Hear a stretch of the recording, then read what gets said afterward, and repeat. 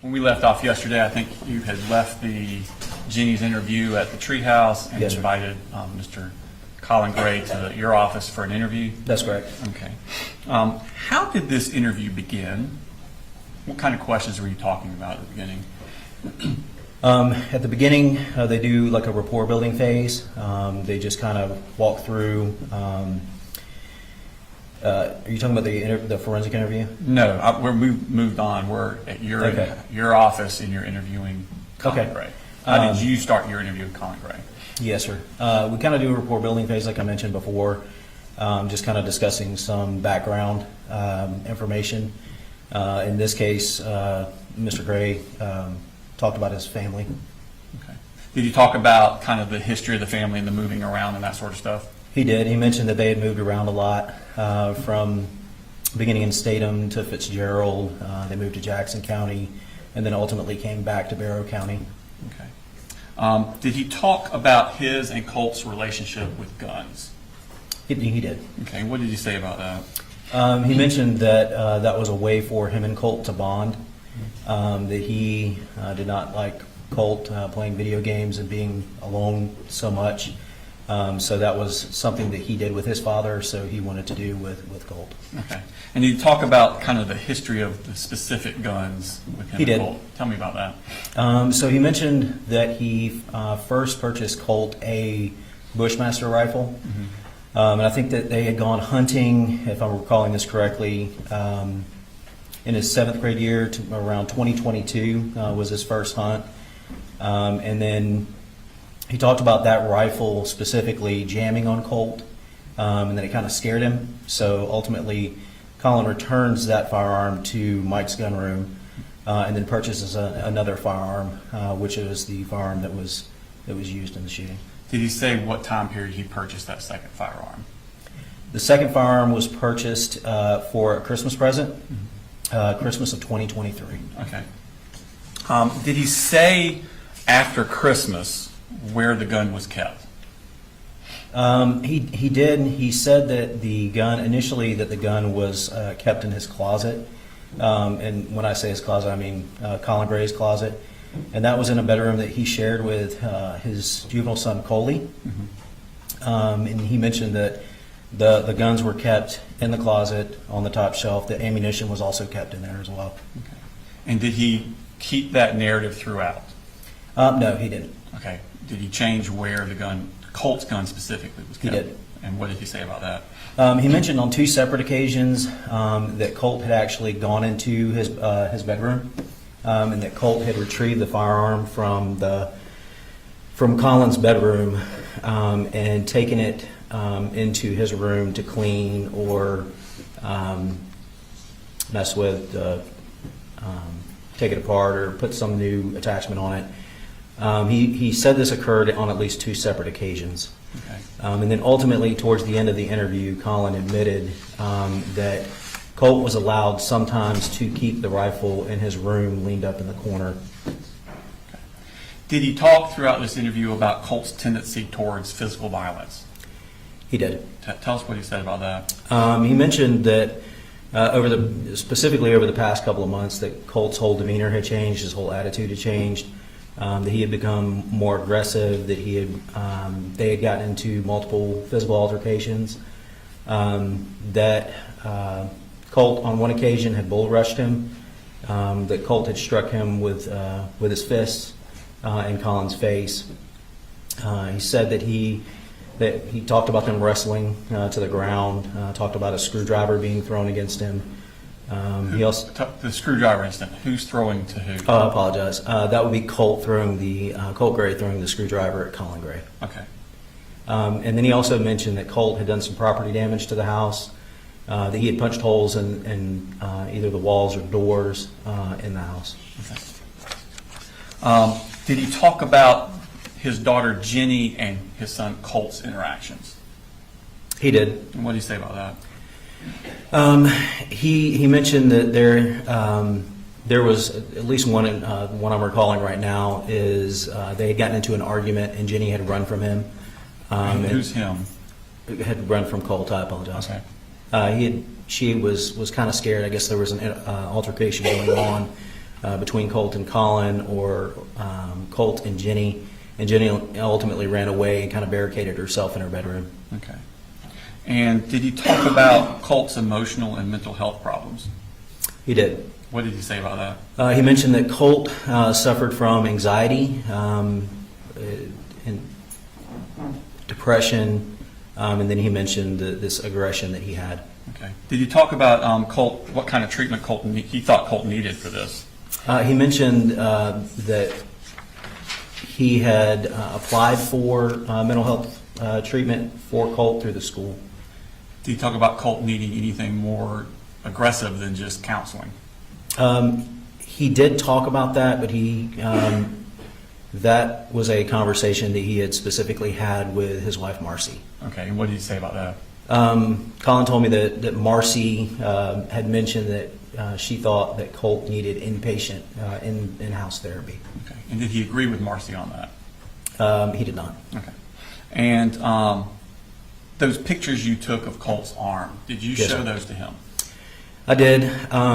About 2 hours into the interview, Colin did not mention anything about Colt self-harming. He did mention that Colt had depression, but didn't mention anything about Colt self-harming. So I showed Colin a picture of Colt's arm, and he did say that he knew about that and that Colt had self-harmed while depressed in Fitzgerald, Georgia, and then after Colt cut himself, he had taken the knife from Colt. Did he talk about an incident where Marcee and Colt got into a physical altercation over the gun? He did. Tell us about that. I believe it was approximately 2 to 3 weeks prior to, if I'm recalling that correctly. There was a incident where Marcee had confronted Colt in part about the firearms and mentioned getting the firearms out of the home. And during that incident, Colt had pushed Marcee to the ground. Okay. And did he know about this? He did. Okay. Did he say anything about, after that incident, whether Marcee asked him to do anything with the guns? He did. He said that Marcee asked him to put the guns up. Okay. And did he ever do that? He says that he put them in his closet. Okay. And did he ever talk about any sort of locks or anything on his closet? No, sir. He said there were no locks. Okay. And did you discuss the pictures of the school shooter on Colt's wall? We did. Were you aware of those at the time that you were interviewing him? That they Yes, had sir. discovered. Okay. And what did he say about that? He said that he did not know who that was. Okay. Did he say anything about asking Colt who it was? I recall Colin telling me that he believed that that was a guy from Green Day. Okay. But he did not say that Colt told him anything about a school shooter. Did he deny that Colt told him that I was a school shooter? Yes. Okay.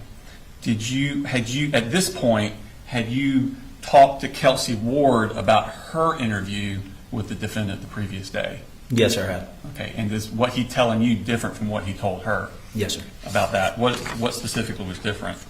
Specifically on where Colin initially said that the firearm was located. Colin, according to my conversation with Special Agent Ward, initially told her that it was allowed to be kept in his bedroom. Here, there was a very, very different kind of 3 separate places that it was kept. That was different, as well as him having knowledge about who was in the kind of pictures that were up on Colt's wall. Special Agent Ward told me that Colin told her that 3 days before the shooting that he was told who that was. And he denied that to you? He did. Okay. Did he admit that him and Colt, or that Colt talked about school shooters to him? Yes. Okay. And what did he say about that? He said that Colt had a very analytical mind, that he noticed very small details. He talked about him looking into researching school shooters or different trials that were going on. Okay. At this point in your investigation, had you seen anything on Colt's phone? No, sir. Okay. What happened at the end of the interview? At the end of the interview, I did confront Colin about the inconsistencies in his statement, and ultimately I placed Colin under arrest. Okay. Have you had a chance to watch the video of your interview with Colin Gray? Yes, sir, I have. And does it accurately reflect the interview and the totality that you had with him? Yes, sir, it does. Your Honor, this time I tender State Exhibit number 185. It actually, I think because of email purposes, it came to us in 3 separate parts. So it's going to be 185.1, 185.2, and 185.3, but it is one video. No objection. All right, 185, it's very similar to this. Your Honor. And Your Honor, just for the court and the records, it starts with them going in the room, a quick introduction, and then Mr. Smith, Investigator Smith, leaves the room. So we're going to cut through that. That is going to be, leaves the room at 0040, comes back 10 minutes later at 11:00. So we'll cut through when he's not in the room because nothing's happening. I assume no objection. No objection. No, sir. And that's in State's Exhibit 185.1. And then, Your Honor, in 185.3, towards the end of the interview, Investigator Smith steps out again at 39:30 and is gone for about 5 minutes to 45:30, so 6 minutes. So we'll cut that part out because it's just Mr. Gray sitting in the room by himself. And then it ends at 53:35 when they walk out. So that's just for the record. And in total, you said you have to wait 2.5 hours? Is that Yes, right? Your Honor. The first one's going to be, when you take the stuff out, is 41 minutes. Part 2 is 67 minutes, and Part 3 is 47 minutes. Thank you. And then I'm gonna let you sit next door for a second.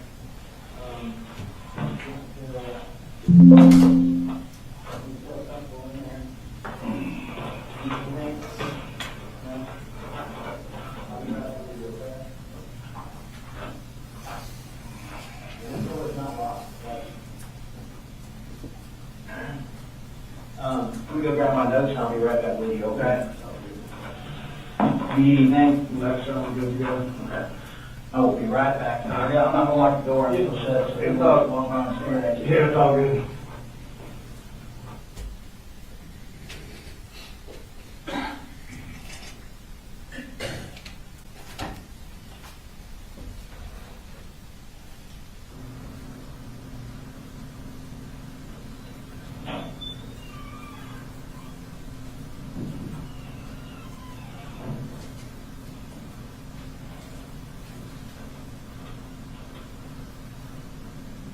Okay.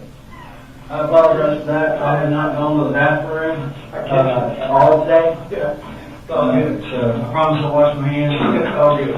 I'll introduce myself again. My name is Investigator Jason Smith. I'm with the Barrow County Sheriff's Office. And you were Mr. Colin Gray, correct? Okay. Sorry, we're meeting like this. Yeah. Unfortunately, that happens. And I'm going to apologize beforehand because I'm going to get 1,000 text messages and emails, and I'm trying to keep them, turn all them off right now. So I've heard a little bit. I understand that you talked with law enforcement. I heard a little bit about kind of your statements to them. I'm just going to go ahead and explain my involvement. Yesterday, we were here at the office. We got a call. Sure. Go out to the high school, and while at the high school, after everything was secured, and you know, the medics had assisted with life-saving measures and everything like that, I conducted an interview with your son.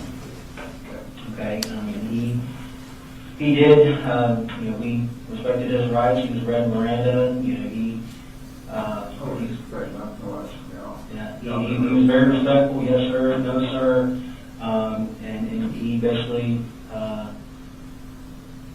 basically explained to us what he did. I mean, he explained to us exactly what we observed on the cameras. Okay, well, let me have it. What the hell did he say? Like, what happened? Okay, so, and I'll get into that, answer Yeah. many of your questions as soon as possible. But in order for me to kind of help better articulate that to you, it's kind of like when you work a case like this, it's kind of like putting together a puzzle. Yeah. And right now, I don't have a very good view of what's going on. Yes, sir. So I understand he's been solely living with you for the past couple of years, give or take. And while we're talking, is it okay if I take some notes? Yeah, I'm doing that. Okay, good. Yeah. Because my memory, well, it's okay some days. Colin, you spell your name C-O-L-I-N? Yes. Okay. You have a middle name? No, man. No middle name. Colt doesn't have a middle name either. And Colin Jr., my little one, is 8. You don't have a middle name either. This Okay. goes back to my dad's side of the family. Just no middle name. All the boys, all the way back to the Mayflower. Oh, wow. CG.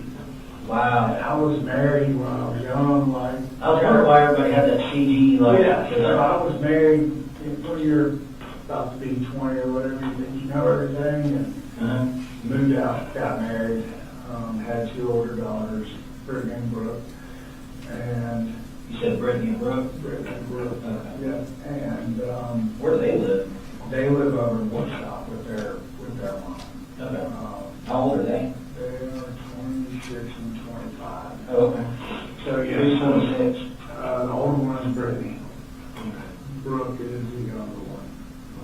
Well, why don't they have CG in their names? Is it just boys that? That was just girls. Yeah, so I told my dad, I said, it ended with me, Pops. I'm like, I'm really sorry, I have a lot of history. And he laughed. And I'm like, I said something funny.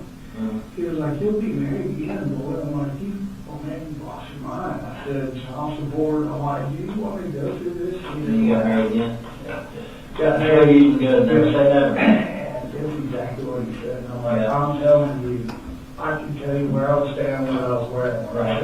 Never. And he was right. So got married. Oh, people usually are. Yeah. When I get to the other side, I'm sure he's got a lot to say to me. Oh, yeah. We found out she was having a baby. I'm like, Who's having a baby? oh, she would be ex-wife. Oh. Colt. This is getting Colt. Oh, okay. And I said, oh my God. I said, the first word, sure is mine. Just break the ice. Mhm. Second was like, God, that was a boy. She's like, what do you mean? I'm like, no pressure. I said, I just said it's a boy. She's like, no, tell me. So I gave her the facts. She's like, Huh. I didn't find out until later. She was like, I felt so much pressure Yeah. to make a boy.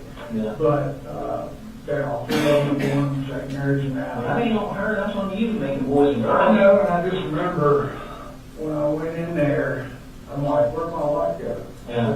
She asked me to get water, so I got they took her back. And she had went in there and told me that, turn on, need to know, how to prepare myself, and it was a boy. Was it? And after it's all said and done, Yeah. right, I walk in, I'm like, well, thanks for waiting, and he's got these little egg over the belly, he's like, Yeah. are you ready? And I'm like, yeah. He's like, okay.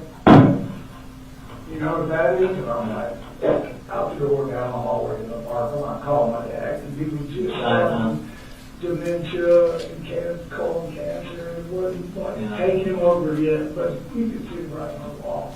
So I was like, hang on, I'm trying to give him a carrot. Like, we'll push through this together because you're my grandson. Wow! And he was just so happy. You know, Colt. So you were only his only grandson? Yeah. So the very day was on with you. Yeah. Wow. Yeah. So. Okay, well, let's get back to which one's older, Brittany or Brooke? Brittany. Brittany's older. Brittany, is she a gray? She is a gray. She is a gray. Is she already? She may be divorced now, back to gray. I'm not sure where all that stands yet. Okay. Tom, what's your date of birth? 8/10/70. 8/10/70. And you have a telephone number? I do. Y'all got my work number. This is recently. We mean I got your work number? Y'all got my work phone. Oh, they're doing the, see, again, that's why I'm in here. Okay. I'm trying to put pieces together. I'm no GBI book agent there, just what we're doing right here, went through the whole thing. She's Yeah. like, I guess like, this is my work phone and my work laptop. Well, I'm sure they're gonna get that back to you. That's what she said, and I'm like, okay, but I still need to let my boss know. Yeah. Like, Were what's you able to going let on. your boss know? I have a Gmail account. And Okay. I just sent him an email and said, hey, I'll get back to you. Yeah. And like, his name's Kevin Price, he's out of Athens, like, he knows everything. What's that name sound? Because he's in the area, he's a good go church going man. You know, What does he own? he owns Kevin Price General Contracting, and then Okay. as I'm getting to know the man, he's tied to a ton of stuff in Athens. Yeah, that name sounds familiar. Kevin Price, General Contracting. Yes, sir. How long you been working there? I started May, so May, beginning of May. Beginning of Right, May. yeah. That's pretty recent. Yeah. What did you do before that? I've done the same thing my whole career as commercials, building superintendent. I'm in charge of building from dirt up high rises, hospitals, whatever. Yeah, you just bring everybody together, make it happen. They hand me the drawings and say, go make it happen. So that's what I do. Your address, is that 896 Harrison Mill Road? Okay, I just want to make sure. I'll go ahead and write that down. Before I write it down, I want to make sure that, I'll get it. you know how I don't know if you ever played the telephone game in school, where you start out telling one thing, and by the time it comes all the way back around, it's not even that. Exactly. That's one of the reasons that I'm in here talking to you now. Yeah. How long you lived at Harrison Mill Road? It was a year this past June, we signed a 2-year lease. Okay, the lease in the house. Mhm. What you think about Barrow? This is where they were all born. Really? You know, off of Beach Creek Road. Oh, yeah. All except for little Colt. Yeah, I know. We moved from Beach Creek, we bought a farm in Statham, and that's really where we lived for the majority of our life. Okay. How long did you live out at Beach Creek? Oh, man, probably 10 years or so. Okay. 8, 9, something like that. It was a long time. Okay. All the kids they started off at State Elementary, and Helping Hands used to be right there, so it was nice for us. Yeah. What was Helping Hands? It was the daycare that was Oh, okay. like a pathway from the Yeah. school to the daycare. Oh, yeah. It was really great for us. Yeah, that's right. Yeah. So did you live at Beach Creek before you moved to Bethlehem? So yeah, we sold everything right about the start of COVID. I had a spine fusion, had 2 back surgeries, and it What happened to you? ruptured a disc, slowed the organ out of the job, working late. I'm like, it's just me. I said, well, I'll put the door on the hinges, you screw up full height door. He's like, okay. Mm-hmm. This is '07, and much younger than this. Yeah. Shit, I grabbed that door, and I'm like, as soon as I picked up that door, it was like, it's what it sounded like, a knuckle popped into my back. And I'm like, wasn't immediate. I set the door down, I'm like, It was all right. yeah, I sat down for a second, I'm like, man. As soon as I was straight up, I'm like, wow, on the floor. Mm-hmm. Take it to the emergency room, couldn't talk, couldn't nothing. Like, I've never felt anything like that. I've never been stitched up, never been in the hospital, like nothing. So what they do for you now? He gave me a big old shot of morphine. I'm like, I'm good. Yeah. I'm like, yep, I'll just take that. You feel good. He's like, stretch morphine. I'm like, oh, perfect. So I can get that to go.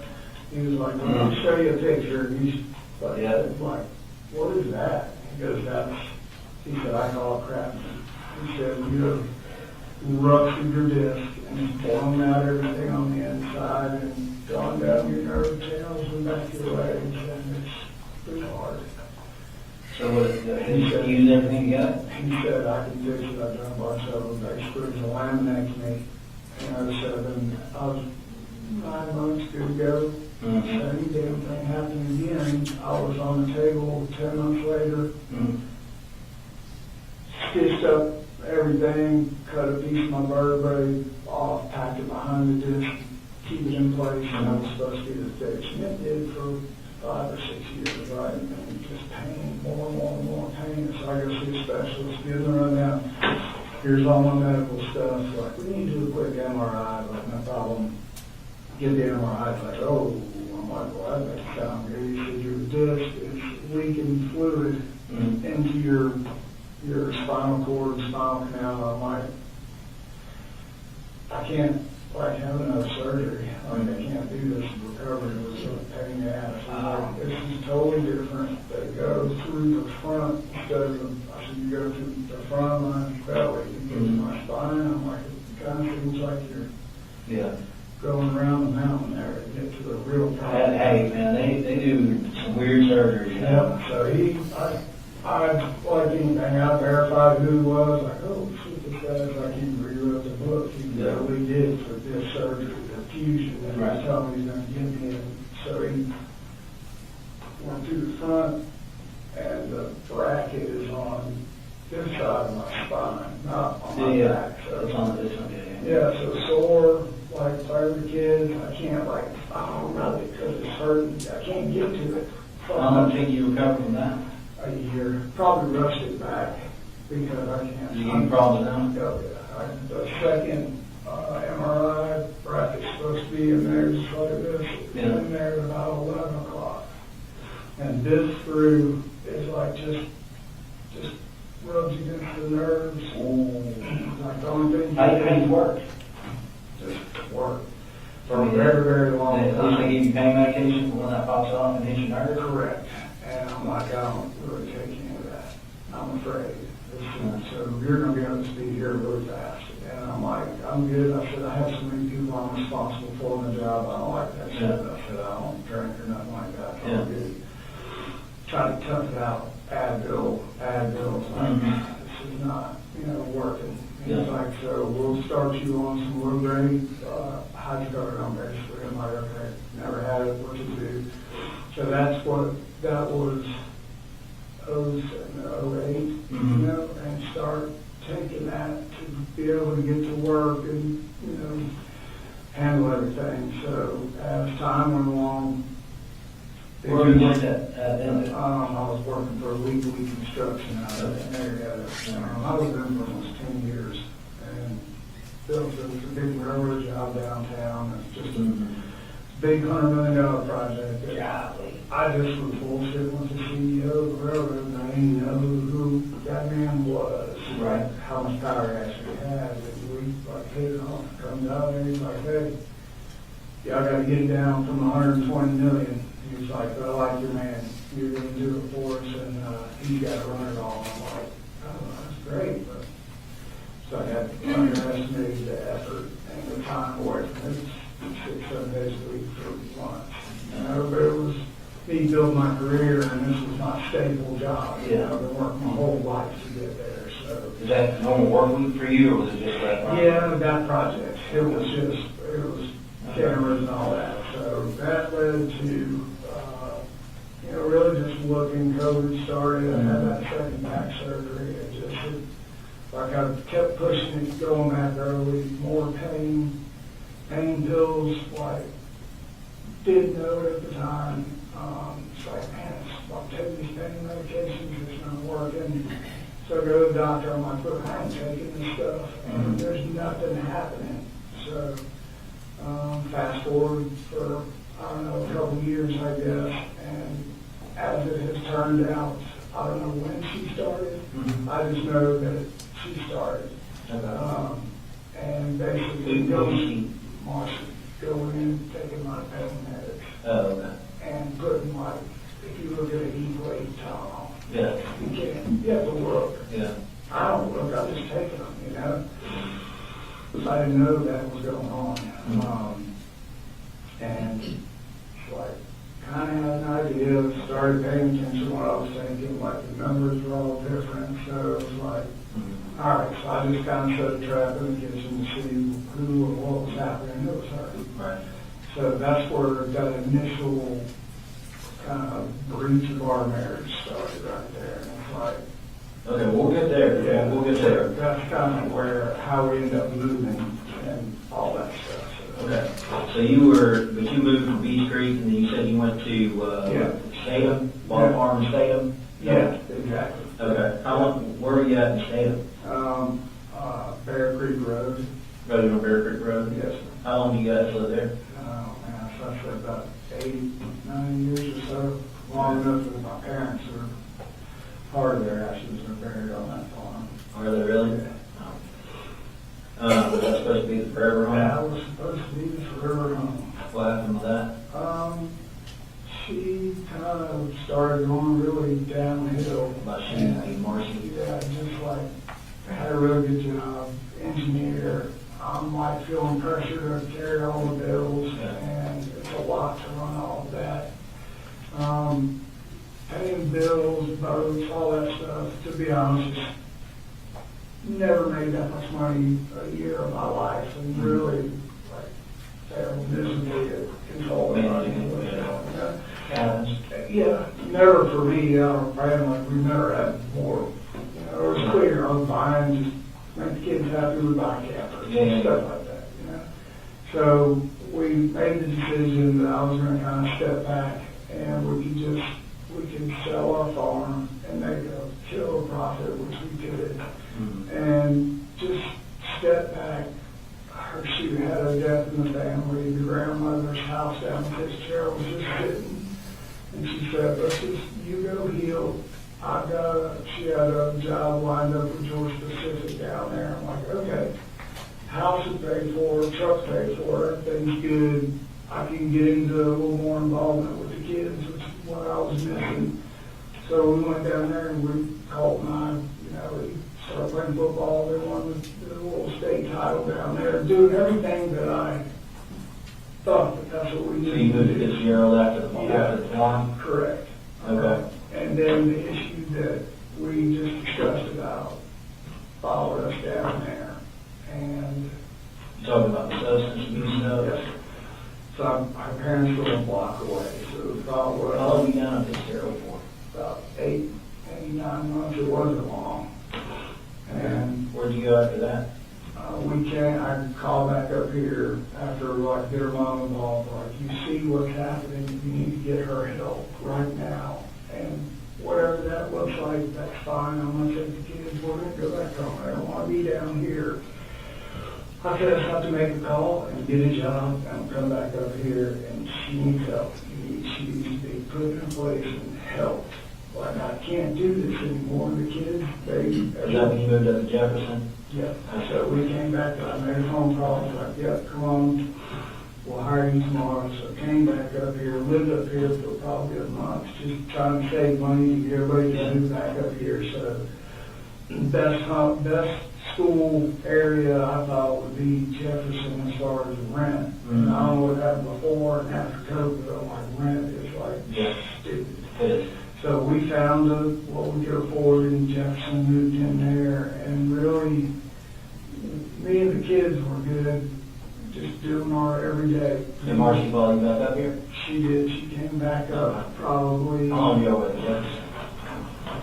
I'd say we were probably there about 7 or 8 months, same thing. She came up, and it was just a shit show. And no effort, no nothing, drinking all the time. I would go to work and home still in bed. So that wasn't going to work. So, You stayed in that one house for those few months and then you moved to, so I had her mom come over and take her. mhm. And I told Will probably wanted to be with his mom. So the grandmother came up, so Marcee and Will Colin. And Jenny said she wanted to just go down there for a little while and come back and kind of flip-flop. She wasn't sure yet, but Colt and I were going to stay. Like, okay. Mhm. So we stayed. Colt was doing his everyday thing. You know, it was like 7th grade, good schools. Somewhere along the line, 7th grade, some bullying started.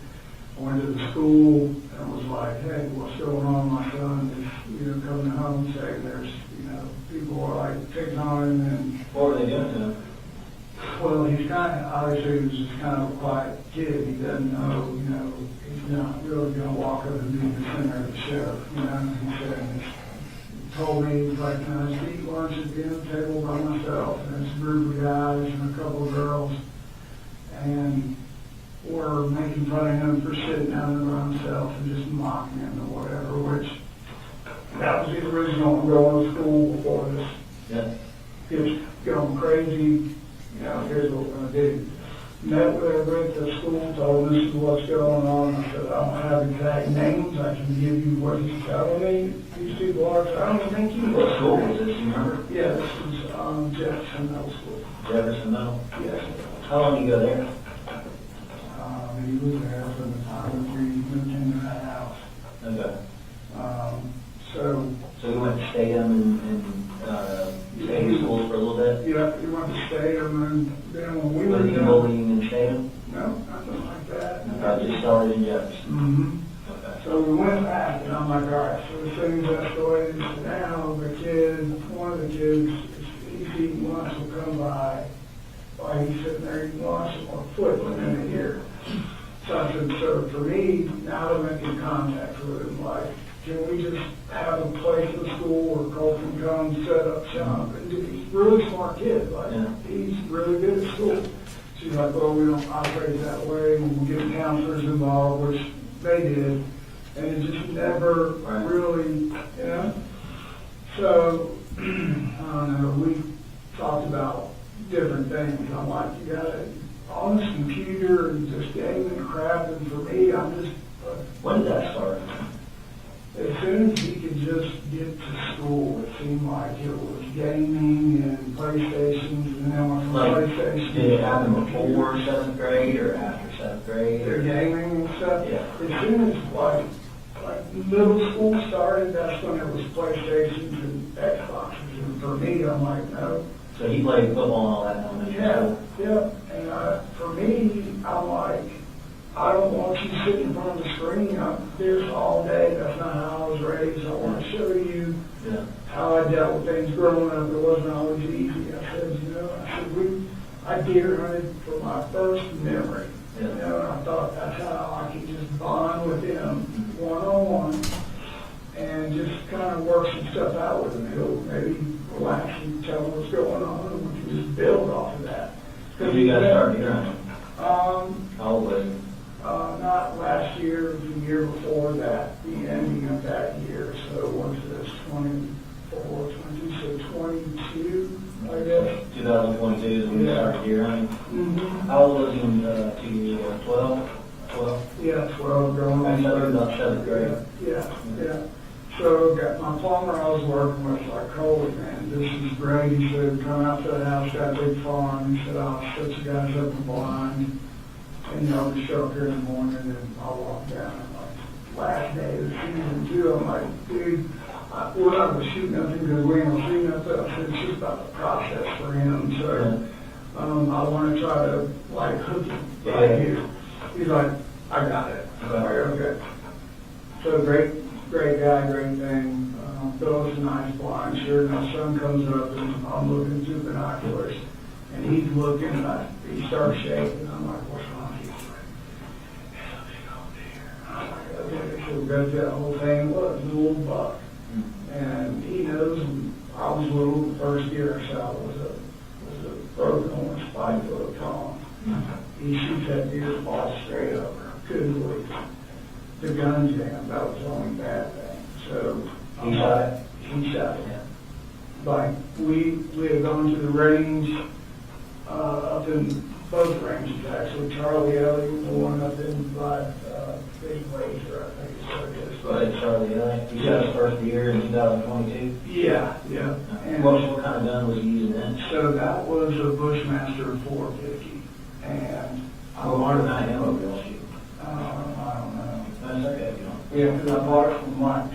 What kind of gun? I'm not a gun expert. What kind of gun is it? So, Bushmaster? the Bushmaster is kind of like I said, when I told Mike, I said he's little. I want to scare him when he pulls the trigger. I said, something that's not too big, but I don't want to wound the deer. When he pulls the trigger, I want the deer to go down. I said, I don't even want to think about that. So, he's like, hey, this Bushmaster's good. It'll do the trick. Is that like a hunting rifle or is that like a AR-15 shot? And that's the thing I said, man, like the AR platform, shotguns, they've got that look. I said that's kind of what he's excited about. And so Mike was like, here, let's try this Bushmaster. I'm like, okay. We only held 5, or 3 actually in the clip. I'm like, okay, that'll be a good start. So just him and I, we sit down on the floor, we go Not to a the hunting rifle. Is it like the old wood kind? You know, no, it's a plastic AR Oh, laptop. okay. Um, So they held 3 rounds in the Yeah, magazine? it's really a small mag, and I'm like, you only need one. Yeah. That's fine. Okay. So. Did he want a bigger bag? He just thought that, yeah, he wanted more bullets, and he just thought that it was like, he said, you know, can I break this? He has a little pellet gun. Right. He's like, can I put my pellet gun in a holster and walk around the woods? And I'm like, yeah, that's fine. So we sat down on the floor and went over everything that we were going to do and not do with these weapons in the house. Okay. There's a no bullshit rule in this house. That's how that's going to be, or they're gone. And that was never have a loaded weapon in that Okay, so we're house. kind of jumping around a little bit. Well, yeah, Not so get too far. so that was Jefferson, basically. Okay, so Jefferson is the first time he really kind of got in. When did, what, you said you went to Charlie Elliott? Yeah, How many times did you take him to Charlie Elliott? I'd say probably twice. Twice? Yeah, What did y'all shoot while you were there? we shot. I had a deer rifle, a 308 deer rifle. Mm-hmm. I don't have that anymore. He shot his Bushmaster, and I had a shotgun. And we shot the shotgun.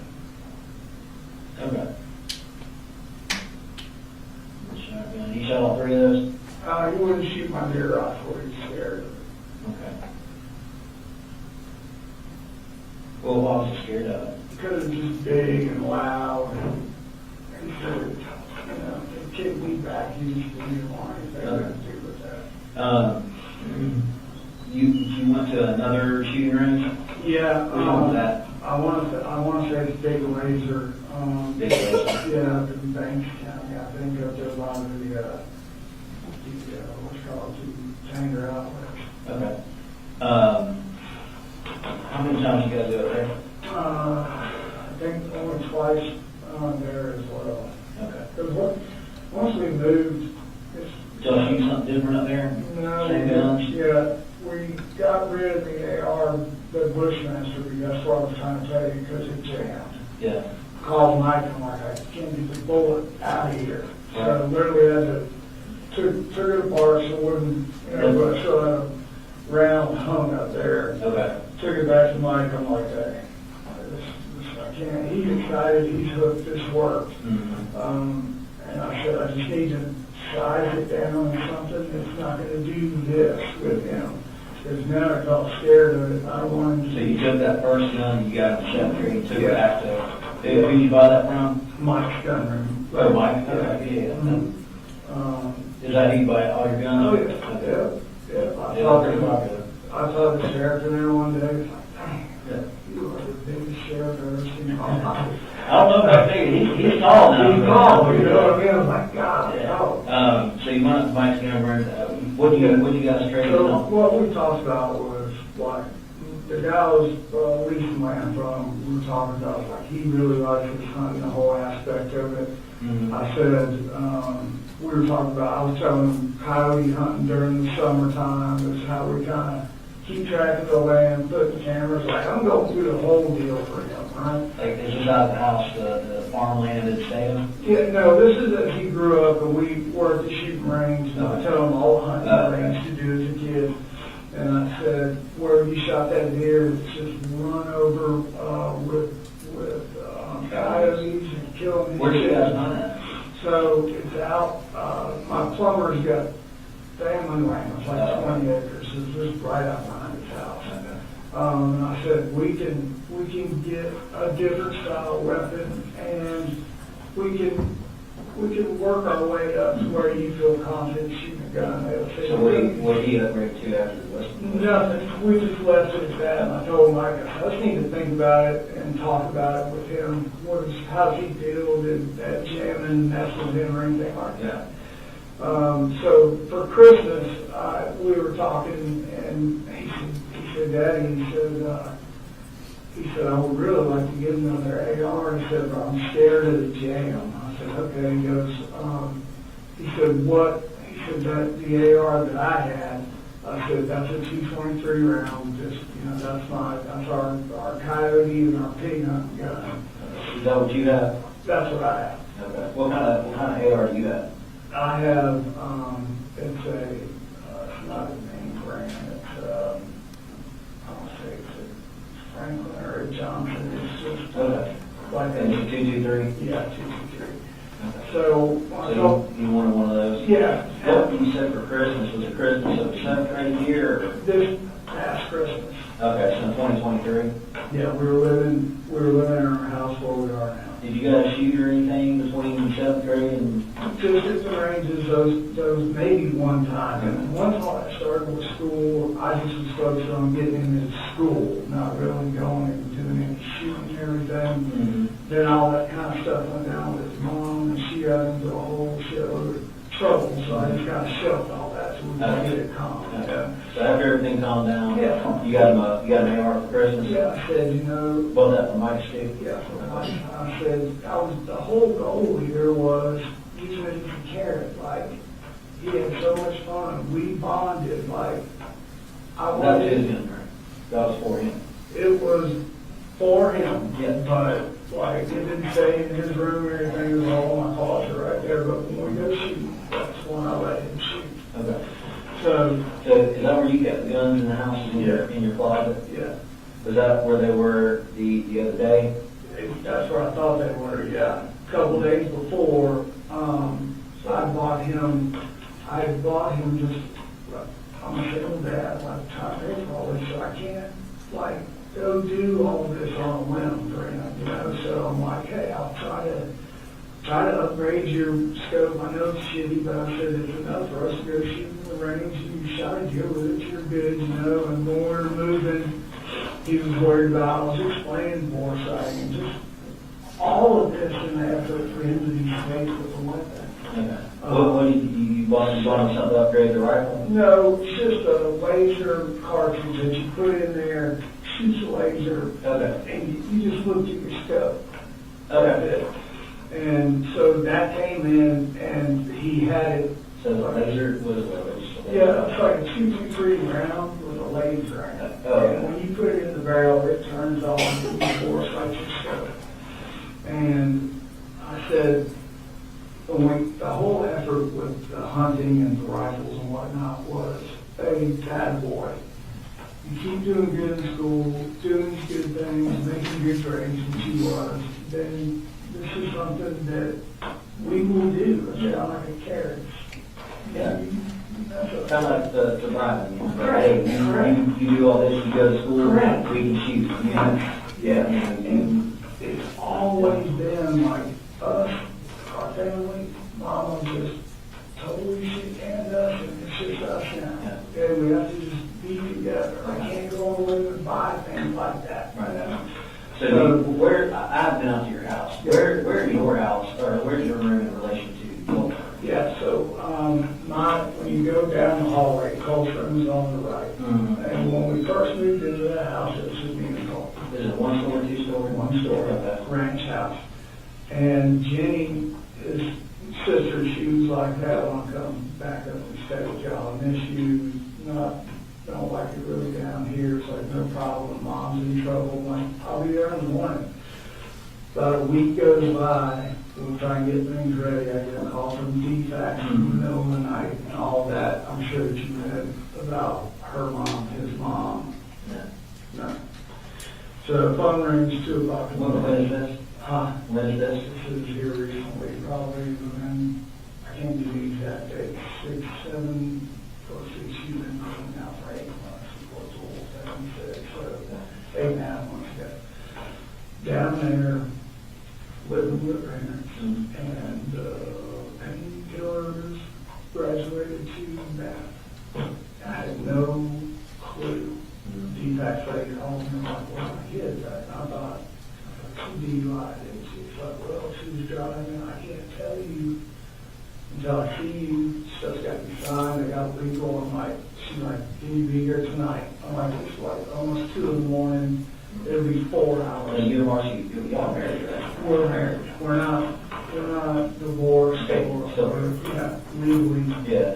You're separated, but legally together. Correct. You know, if I didn't know my kids, I So probably. Marcee got a DUI on. No, that's what I thought. Oh, So I'm like, okay, I said, I'll come, it's gonna be middle, like 4 or 5 o'clock in the morning. She's like, okay, let's just meet there at 7:30. I'm like, you need to tell me what this is about, I have no idea. She said, just know that your kids are safe. You just need to come down here and get them. And I'm like, okay. So Colt and I are running down there, and he's like, what do you think this is? I'm like, I have no idea. So we get there, we go to her mom and dad's house, open their door, and we sit in their living room. She gets her phone out, like, okay. Marcee, they gave her a hair blood test. She starts reading the results. And Why did they give her a hair blood test? her sister, apparently. That, I never got the whole story. She had all the kids down there? She had my little one Oh, and Jimmy. Jimmy. Yeah, Colt and Jimmy, and Colt was with me. And I'm like, at that time, I started thinking, I was like, okay, this is why Jimmy's wanting to come back. Something's wrong. I don't know what it is, but I had issues with her drinking, that's wrong. So what was the result of all that? So they read it all, I'm like, yep. She used to have a prescription for Adderall, that was in there, opioids were in there, and the high wine or high alcohol content, like, and I'm just like, can I believe I know all this? And she said, I've been doing this for the rest of my years, and I've never seen a level come back this high for that. You know, I'm like, what did you just say? We're sitting in her mom's living room, and she's like, she is doing this currently nationwide. I'm like, I stood up, I'm like, can I take my kids? She's like, hang on. She's like, it's all, y'all confused with the That's Adderall. what Marcee was saying? Yeah, and I'm just like, this is like the worst thing that could possibly happen. Yeah. I'm like, okay. So we fixed all that, like, you got the kids, you have custody of the kids. Visitation is only if Colin allows it, and where it's gonna be is it's up to him, basically. I'm like, great.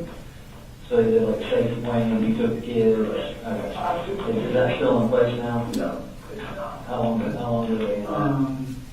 I'd say probably right after probably 2 or 3 days after Lieutenant Guest beat on my door at 2:30 in the morning. He showed up with 3 or 4 different deputies. Who beat on your door? Lieutenant Guest for Barrow County. When did he come out there? I got his card and I need to work. Was it recent? Yeah, it was when I first got the kids back up there. I say, got the kids. Like a recent and then like a week ago? Oh, 2 no, weeks ago? How was it? this was shortly after I got the kids back up there. So, I'd say we've been there so it's probably 5, 6 months ago maybe. And if these are off, I got his card and all that. I'm not holding you. Yeah, I just want to make sure you do it. Okay. So it was only, the safety plan was only 3 months? He was beating on the door. She had called and said that That's the end of the first video.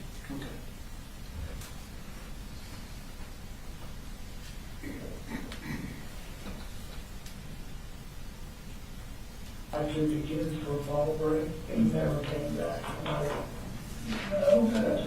It's like, can I go to something from Chuck? He's like, I had a letter from DFAX, and he's like, this is a safety plan.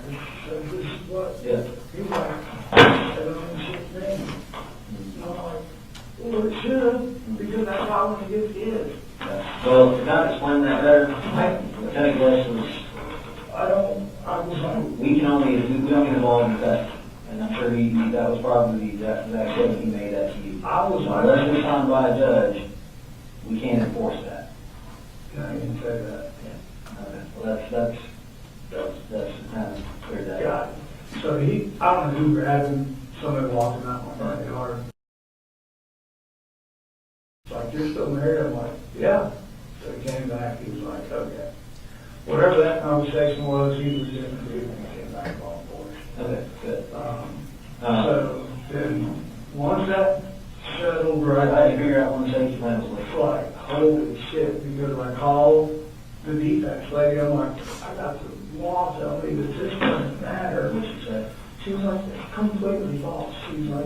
I'll go down there, I'll talk to everybody in the morning and tell them you're abiding by the plan, it's no problem. You're doing everything that you're supposed to do by law. And she said, I'll sit down with Jenny after this, make sure everybody is good and safe. And Yes, sir, you do. Yes. That's what I told you. You don't get involved in it. Yeah. Wherever the kids are at, they stay. That's right. They figure it out. And it was even as I said, Yep. Elsie, I'll go in there and wake him up if you want. Right. And he's like, no, it's all good. So, So let's kind of circle back around. Yeah, sure. So last Christmas, Yes. you buying the rifle that was used this time. Is that correct? Yes, sir. Okay. And you guys, how many times you go with him to shoot that? I would say probably twice. You brought him Yeah. twice with him. We went, both of those times, we went up to Big Laser. Okay. That's it. So with that rifle, you went to Big Lady twice. Yeah. And the goal was to What, you said you bought him the bore scope? Yeah. Attachment? yeah, it's just a little laser? Yeah, I know what you're talking about. Did you buy any other attachments for it? No, I had a bunch of stuff through the years of different parts and pieces or whatever. Did you give him any of that, like if you did Yeah. something good? Or? No, I just had, when I bought him, the rifle was just kind of stripped down. I said, he doesn't have very big hands. I said, we need to put just a normal, like, deer hunt scope on there and a little, For the grip? yeah, a grip on there because for whatever reason, that weapon has got a solid, Yeah. it's hot. Like, Oh, it's yeah, hot. yeah. So I said, we'll just put that on there and laser, and that's all, that's, the scope, it'll use a laser, bore sighter, Yeah. you'll hit these pigs that go straight down. Yeah. That's all that was So that was supposed big. to be, yeah. That one was not big. That's what, really, no, I would say. 223. It was 223. Where all of that was going was because Jenny wants to bow hunt in a bad way. Who does? My little girl. So I was trying to, like, hey, this is probably how I should have started this. Yeah. Was, we need to bow hunt. Like, they've got pictures of me bow hunting and just through the years, Jenny was wanting to do it. So the overall goal here was, hey, like, I need you to start going to school, do what you're supposed to do. I said, we're going to get back into the woods this fall. I said, I want us to get into bow hunting and just go from there, enjoy the outdoors for what it's worth. Did he ever ask you for any parts, like any upgrades to the rifle? He would ask me like, hey, he said, he asked me for an extended clip. And I said, he said, I said, the one that we have holds 20 or whatever. And I'm like, that's plenty. I said, I've got one in there. I said, it's not going He wanted more. Yeah, this was way back. He said, I had one that held like 50 or so. And you could see in it, like, see how many rounds were in it. And that was just something, it was like, the only problem about these in the original get was you don't know how many you got left till it stops, I showed him that clip, he was like, can I use that on mine? That way I know. I'm like, sure. But, anything weapon-wise, when the only time he ever touched that thing to go shoot it was when we were walking out. Did he ever touch it? You mentioned that's the only time you ever touched it, shoot it. Did you ever touch it, do anything with it, clean it? No, we sat down on the floor and I took everything apart. And just, I said, I'm not smart enough to take springs and all that shit out. I said, take this back, I just do this, I oil all the parts, clean the barrel with the brush. I said, spray it with the brush, and I said, and then we put it back up. How often did y'all do that with rifles? After we would shoot, I tried to do the next day or a couple days after. I was kind of hard. The whole original thing with these was just for us to bond, the things that they had gone through with their mom. It's like I'm just trying to save everybody and keep my family together. Yeah. And he knows that.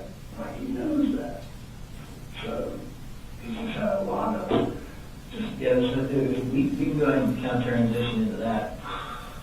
So I kind of heard that, you know, from the, and again, this is the telephone game through the grapevine, that you've kind of been involved with the school, in some ways trying to get help for them.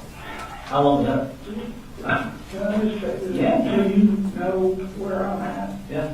Like, I'm not bothered to, like, I named my children, like, I knew, like, I need just one more day. I think this would just change everything, because I could feel it. I could You feel feel what? just his whole attitude changing. How long could you kind of feel that? So we had an argument, I don't know dates or time, when everybody was at the house, and Just like last week or? no, this was a few months ago, when I originally came down with his mama, and we had the discussion of, your mama is on there, takes all the pictures of the bus, her getting arrested, and just, I'm like, hey, we'll get the right people involved and get through this together, but we can't go hell raising. Was it shortly after the lieutenant guest? Yes. And I said, he's like, she's causing that. We can't even, we're looking out the windows now, they're gonna come arrest us, they think we have something to do with this. I'm like, no. And so talking to her mom, their grandmother, like, hey, I need help. I said, like, the anxiety for him is increasing, and he's getting more bold towards me. And that's where he would say something off the cuff and go in his room, slam the door. I would just let that go because I don't want any bullshit starting from my little kids with it. Right. And as time went along, he became more and more like confrontational. And I said, all right, listen, I said, I want to get right What would you guys get in arguments about? him calling her all these names and shit like that, and then him not wanting to be associated with her, and that was led to, I can't go to school because everybody knows my mom's in that bed, which led to her mom saying, That stuff happened down at Fitzgerald, right? it did, but up here is where it all, like, came, that they locked her up here. When they caught her, it was here at Walmart. No, was it? Yes. Okay. So, yeah, it started all there. I had y'all tracking her cell phone, whatever, however that looked like. They were doing it, napping. Did Colt know this? Yep, they all three did. How did you tell, is that something you told them, or? They wanted to know what was happening because, I'm trying to think what triggered the whole damn thing. Mm-hmm. After Lieutenant Guest, it's before Lieutenant Guest, she just shows up out over it was, sorry, it's small, I'm trying to remember this, like, timeline. Guest came by, and then that's where we were told we were doing the right thing, our safety plan was in order, you're good, follow what we said.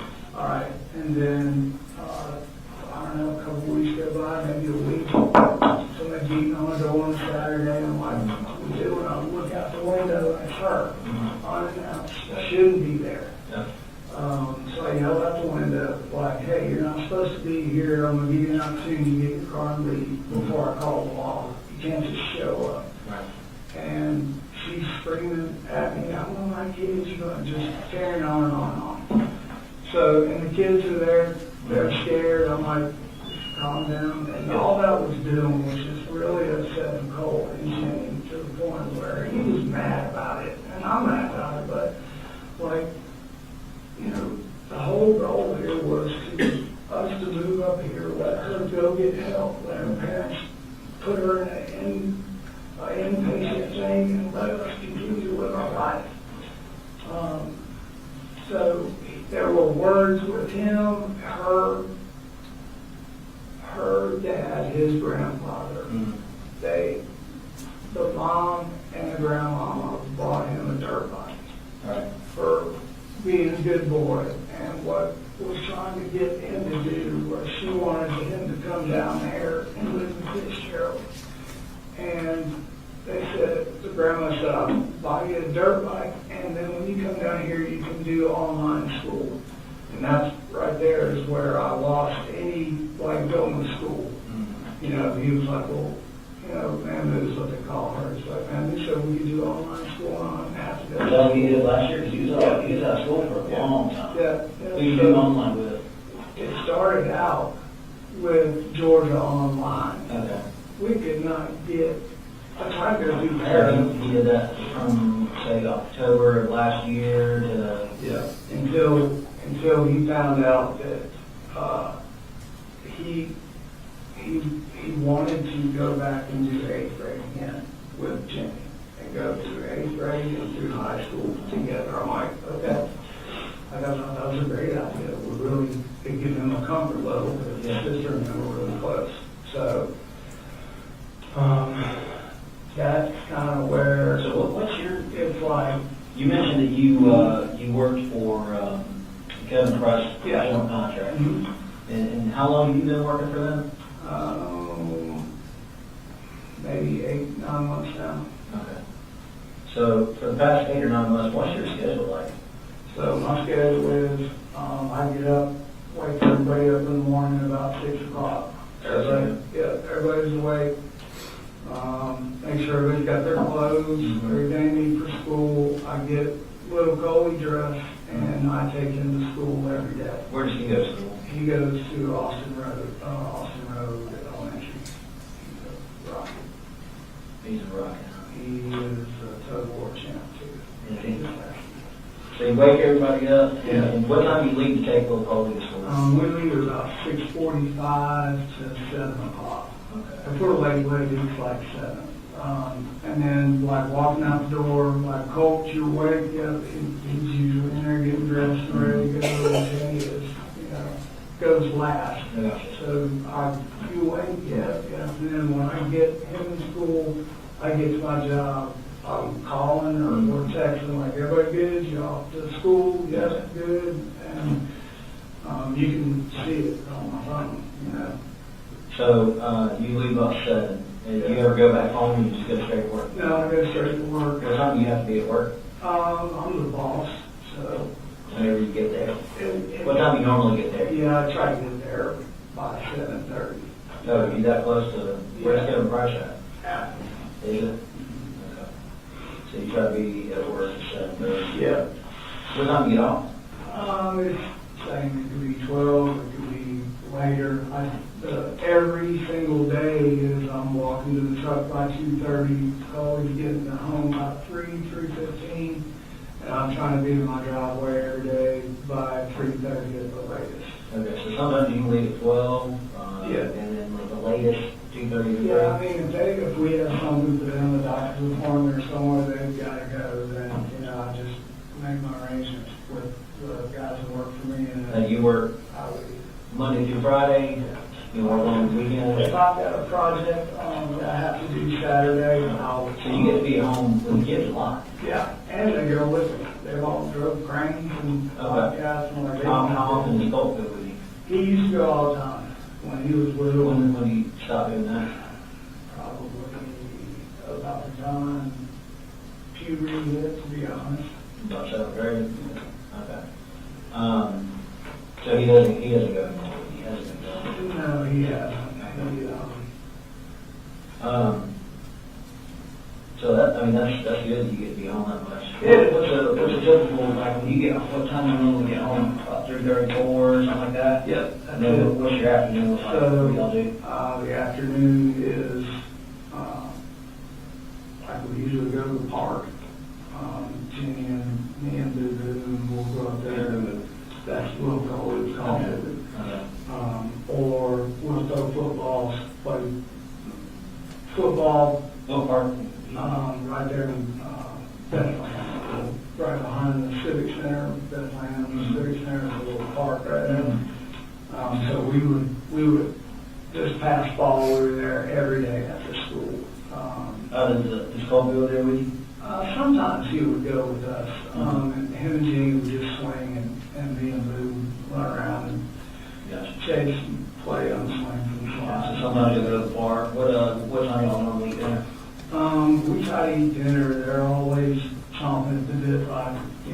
6:30, 7 o'clock. You know, when the time change comes, I try to make sure we're obviously in the house, dinner, and everybody's laying down by 8:30.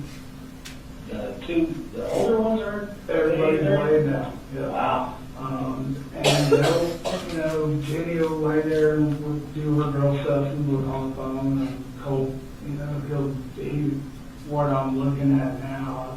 He's gaming, huh? Apparently not. So, Well, when you go check on him, tell him good night about 8:30 or 9. yeah, no, I can hear it What through the he's wall. playing video Yeah, game? I can hear it. What kind of video games you play? He plays hell, last couple of weeks he's been playing Minecraft with Jenny, like, Minecraft? nonstop. Do you play anything else? He's Call of Duty, like, Yeah. trying to get me to play it, and I said, like, Yeah. I can't play it, I just literally can't do it. Yeah, you said you weren't too good at it. I suck. Yeah. Like, he told me this, I keep stabbing myself in the leg, killing everybody else with it. Yeah. So, it's just something where, just get at it, get it. What else is he into other than video games?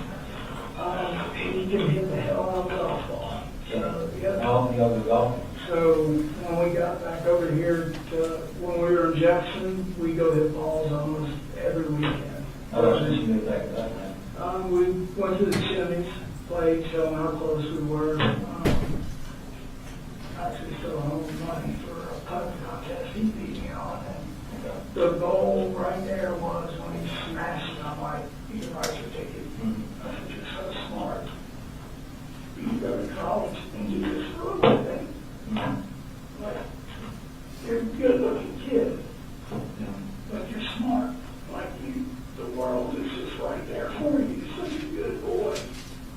When, so you said the last few months have been pretty bad. Do you guys argue a lot? No, we You don't argue a lot? Not leading up to the whole meth bullshit is when it came off the rails, you know. And, So that's when the argument started between you and him? yeah. And What's a typical argument look like for you guys? it's, just stop. Just, What's he doing? he's just cutting, slamming doors. Uh, And it's just like, I need you to stop, or I'm gonna take the kids one of the week till you calm down.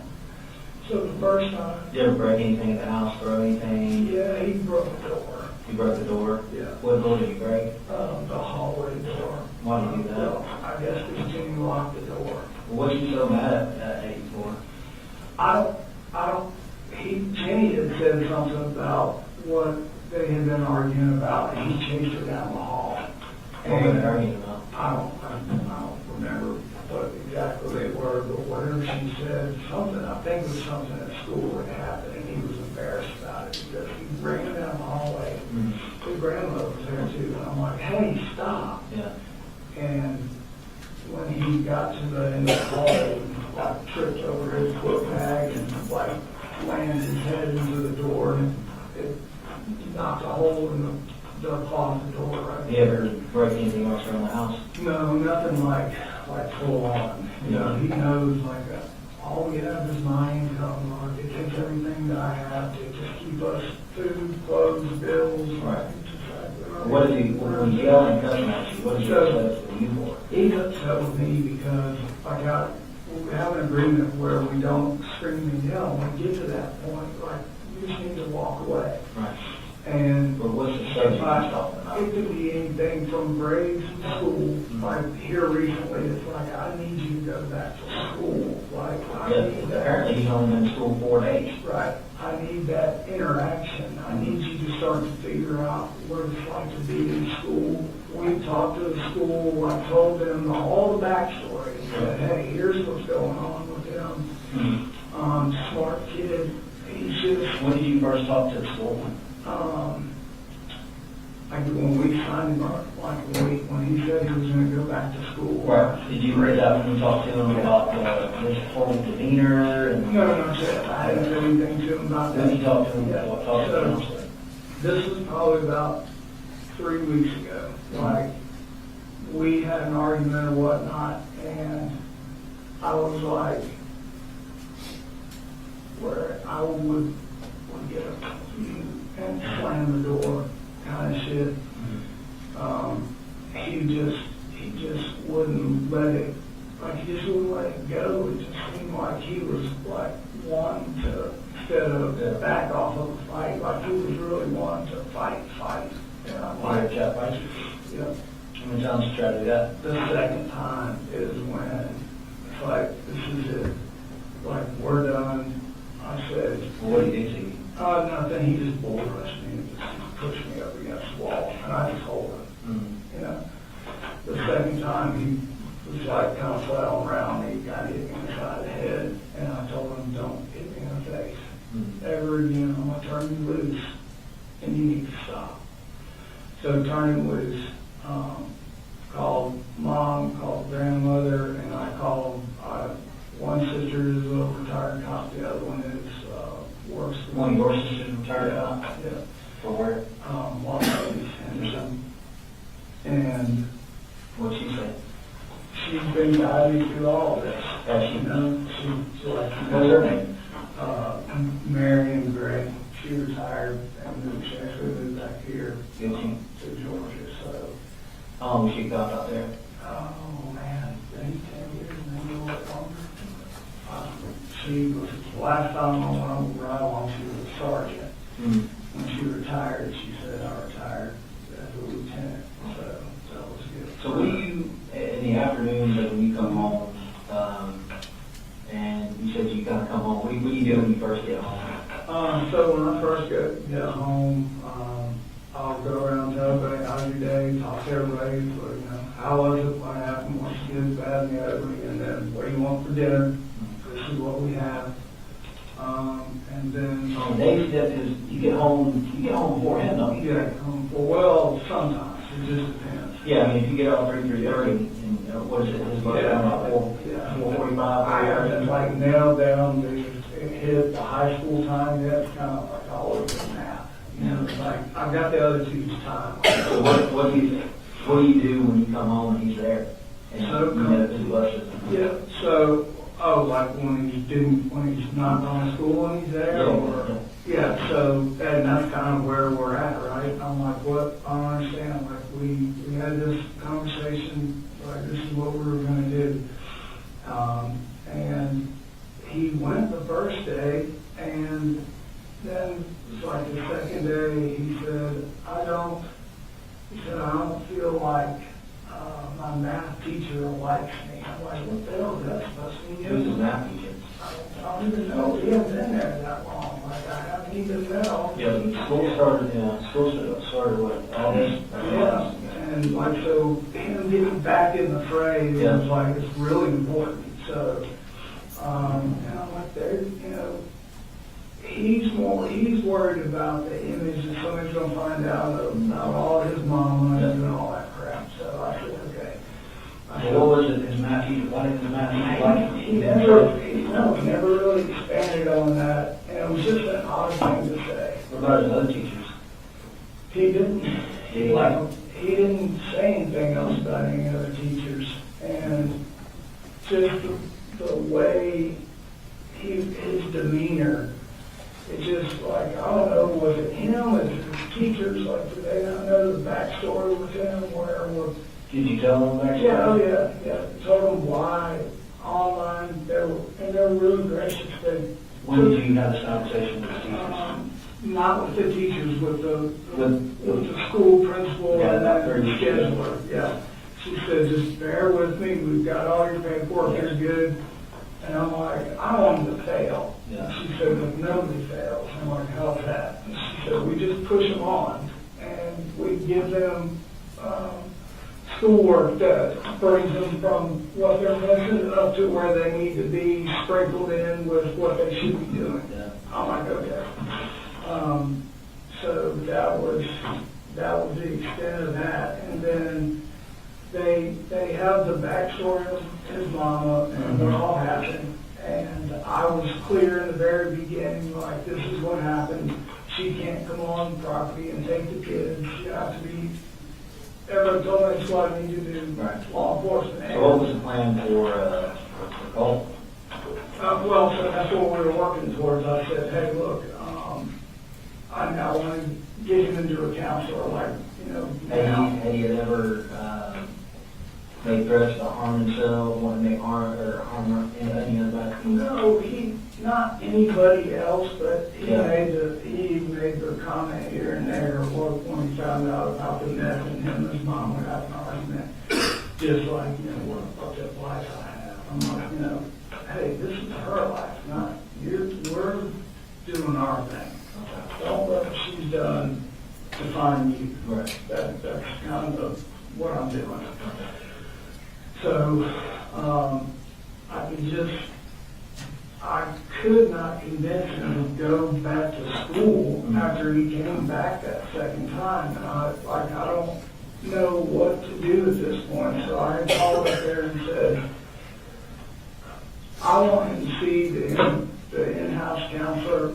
Can we do this and set it up? What's the counselor name? Lisa, I need to look at my phone. Lisa Hughes, I think she sent me an email and said, hey,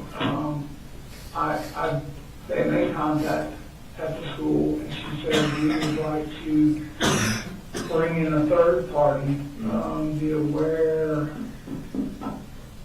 Bring like a third party therapist or psychologist or something? Yeah, but the awareness is the count. Okay. When were they going to do that? This week. I had to fill out all the paperwork, which I did Thursday and Friday. So you had an appointment this week? Give them all permission, like bring everybody, bring a specialized person, like. And what were they specifically like treating him for? Like, They were going to talk to him about coming to school, not worrying about what people are saying. Don't be a loner. Come on, get back in the swing of things at school. and try to about what find. people were saying, it was that the stuff about his mom Yeah. being bad and busted and being arrested and all that. And then he was more worried about everybody knowing that he, mom was a meth head, and that his biggest fear was failing and falling behind once he was in high school. So the appointment this week, I'm assuming it was like either today or tomorrow? Yes, so they needed me to give permission. I filled out all the paperwork online, and said, thank you so much for Have you this. been in communication with Miss Marcee about any kind of stuff for him, any kind of like mental health? Yeah, so, Okay, tell me about that. yeah, her and I had talked about that, and she was like, he needs help at another level. And I'm What like, does she mean by that? she means like step into a place. And I'm like, When she made that comment? just recently while this has been going on. Sometime within the past 3 weeks? Yeah, before all this just happened. And I'm like, the problem is. Before you talked to a counselor the first time? Yeah, Okay. yes. And then, so Why didn't he be checked in somewhere? she thought that that's what he needed because they argue and he doesn't have a filter with her. What, has he made threats for his mom? Not threats, but you're mad at it, crack it, just like shit like that. Just no, Okay. it's just things I don't want to even hear him say to her, let alone his brother and sister. So I'm trying to navigate and manage all that, and that's very hard. Yeah. So once that kind of, I told you I could feel it. So, yeah. Like, okay, this isn't, we need to do something. So I reached back out and said, Was that before or after his mom suggested inpatient therapy? what was When you said you felt it? Oh, this is after. This is after her and I had that conversation. I said, you need to be the one to tell him that. He's not going to take it from you. I said, I don't. Did you reach out to anybody at that time? No, I didn't read that out professionally to anybody. I thought that, like, he'll go to his grandmother and he'll talk to her about anything. So I Do you called have a her. relationship with her? Yeah, she was a school teacher for 4 years. Bless you. And I'm like, hey, Yeah. like, Jenny, Blue Colt, and me, we're in church every Sunday. We go to Athens church every Sunday. I've been trying to get him to go with us. He went one time. So I share that with his grandmother because she's just always been there for us, right? So, how long after his mom suggested inpatient therapy was it before you went to school? So she's been mentioning something like that since she got out. Mm-hmm. Okay. And then she came up here a couple, 3 weeks ago, maybe 2 weeks ago. Yep. Hadn't seen the kids, I'm like, okay, come back up. I want to say, yeah, a couple weeks ago, because I said, come back up, we'll cook some dinner. I said, we'll, let you hang out and talk to the kids. I'm sure you got 1,000 things to say. And I said, it went okay.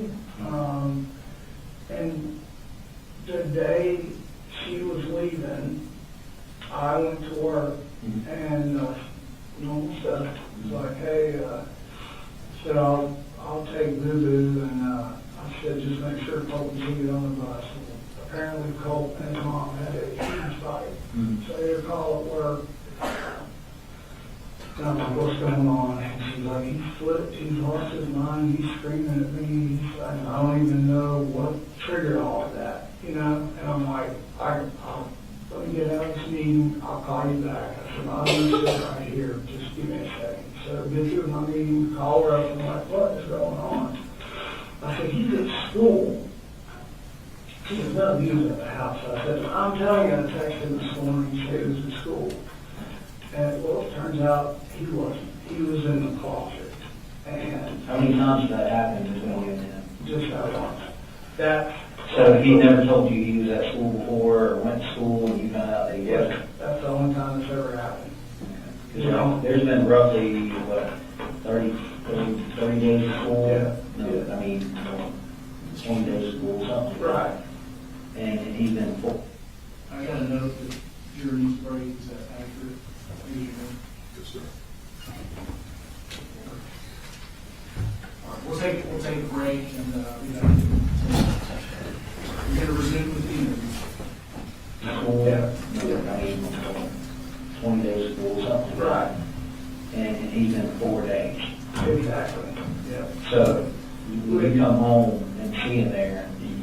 Yeah, so that's what I was saying, the first few days, like of school, like, okay, he's getting back into it, and it was just, his mom came up, how was school, everything's good, and it's just that little rift that they had about her and what she did and our family, and, he knows we're just taking everything I have to keep us together, and So he threatened his mom during that? well, I don't know, like threatened, I don't think so. It's just a bunch of name calling, and what he said when he called me was she came down the hallway and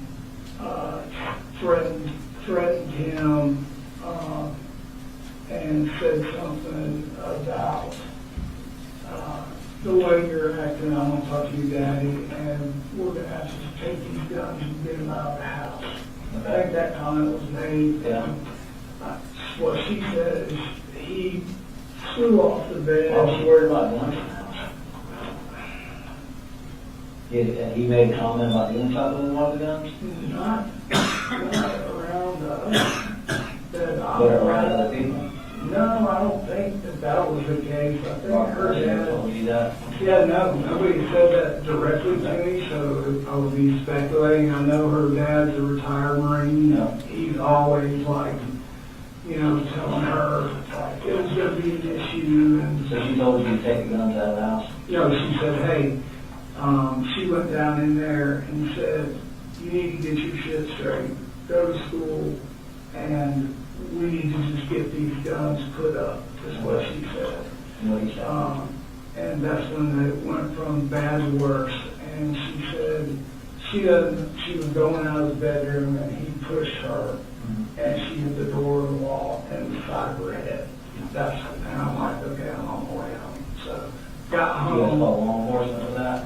Nope, I didn't. She was on her way home. Her parents came up and got her. And when I found out, he finally was like, I'm like, Colt. I said, where are you? Because she's telling me he's there. And I'm like arguing. No.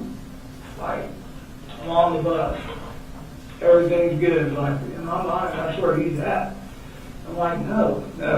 And when I got home, I'm like, what's the deal? He said, I hid him in the closet. And I'm like, why? He said, because Charlie, the grandfather, was coming up here to take her and bring her back home. And he goes, and I didn't want him going through our house, which he's not even supposed to be on our property, let alone in our house. Him and I just have a, You can't come pick her up. oh yeah, no problem. Yeah, he, Why did, just in my house. why did he think he was coming to the house? Who, Colt? Oh, because he came in the house. And like I would have never known that except for when Colt finally got By the time you got home, Marcee and her dad are gone. and her mom, they come up and got her. So that's, how many times do you think Colt's put hands on you? Those 2 times. Okay, and then you put his hands on his mom, how many times you put his hands on his mom? That's kind of the worst with her that's ever happened. So kind of the worst, that's not, is that the first time or not? Yeah, no, there's not like confrontational, it's more verbal. Okay. Yeah. So, did she ever say anything to you and ask you, hey, look, I'm concerned, can you put the guns up somewhere? Yeah, so, and I'm glad you got to this point because if somebody can get to my damn phone and go to my Amazon account, you'll see and look at the date that I put that on the bit in the cart. I'm not paid of money, I just pay the bills. After all that, I like $150 gun safe with a digital hand code. I couldn't buy it that day, I just paid 2 paychecks. How long ago was that? This was 2 weeks ago, 3 weeks ago, whatever it was, that triggered me to go, okay, this is what's going. You mentioned the gun safe. Let's go back to where you keep your guns. You said you keep them up on the top of the closet? Yeah. Are they loaded, unloaded, or something else? Never loaded them. Never loaded. Anything on top of them? All my sweater. So your door, like coming into your closet, right? It's like a shell, Yeah.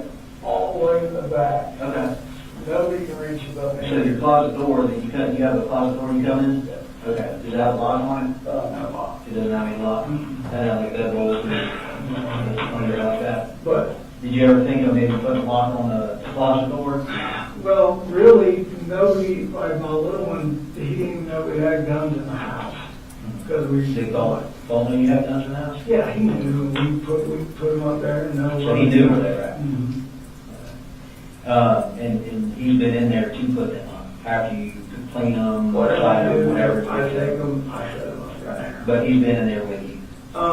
He's watched me put them up there with the understanding of don't, Just keep them unloaded. Where do you keep your ammo and magazines and all that good stuff? and empty magazines are on the right or in the shelf. I had In the a, closet? yeah, I had an ammo box, like What does that box look like?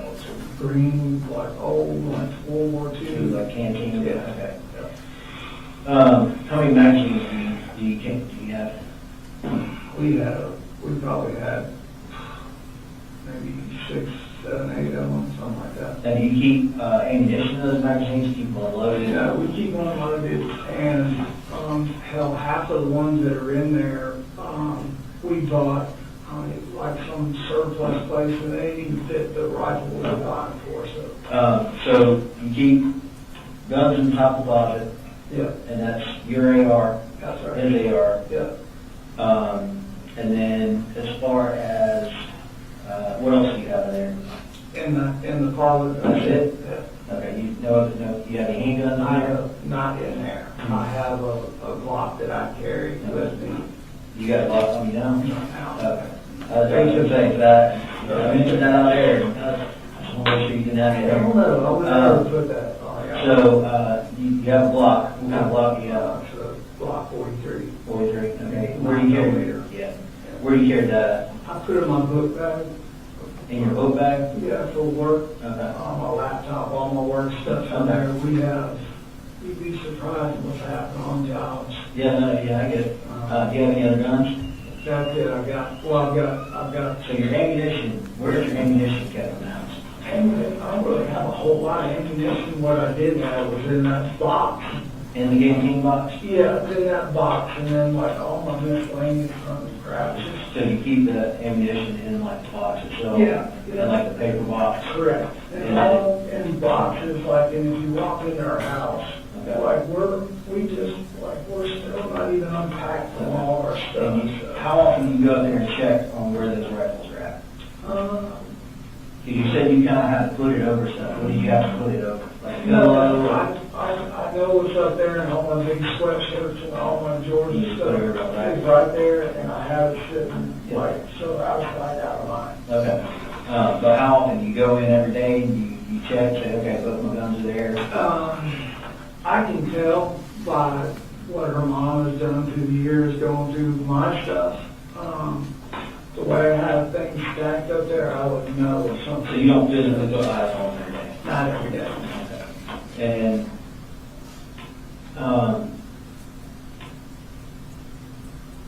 have you ever let Colt keep the rifle in his room? No.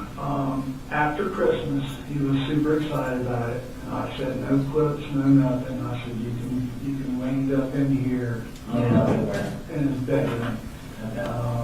And he's got his golf clubs and his guitars and everything. How many guitars do you have? Two. He has two. Okay. Well, actually 2.5 ones, kind of a speeder. Yeah. So you let him keep it in there, when did you stop letting him keep it in there? There's no real set time or, like, not to have it in there. Really, once we, So he had a gun in his room? no, not all the time. We would have it in there, we'd shoot, he had it in there after Christmas here and there, but the majority of the time, it was in my closet, not really out for anybody. Once Little Man and Jenny moved in. You ever come home and say he'd gone in there, get it done, cleaning it, doing something with it? If he did, maybe 1 or 2 times, but it was always back. When I come home or whatever. Would he text you or call you and say, hey, Dad, can I go get the gun? When I came home, it only happened like a couple of times, and when I got home from work, he said, hey, I cleaned the gun, and he said, and I put it back up there. I'm like, for what? He said, I just want to see if I can do it. I'm like, okay. He's like, well, don't do that until I'm here. I said, that's something, every time we get near the guns, I have to Do do you always it. do everything you tell him to? Yeah, always. You always? Always. That's the thing. That's like When you told him to go to school, Yep. he didn't go to school? Yep. That's where it's like, okay, like I was telling you, I can feel like something's not, we need to get more people involved here. So, it's no way of knowing that this shit right here was gonna happen.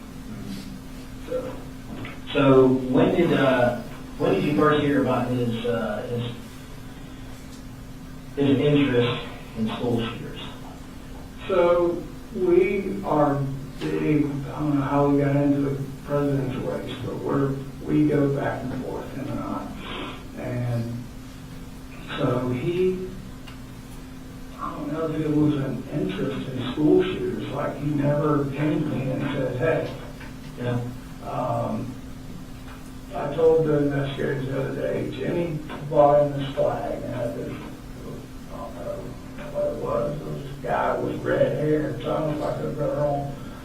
It's a weird, funny flag. She bought him off of Amazon. I was up, and I'm like, what is that? I thought it was Weird Al Yankovic. And he's like, who's that one? Never mind.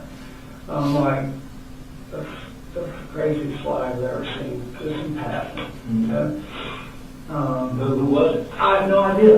Did you ask him? Yeah, they told me, but I can't. Can't remember?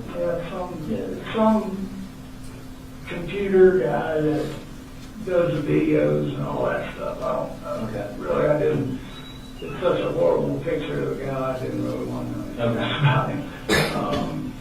And then the flag was gone, and when I went in and said, hey, what do you want for dinner? This was probably a week ago.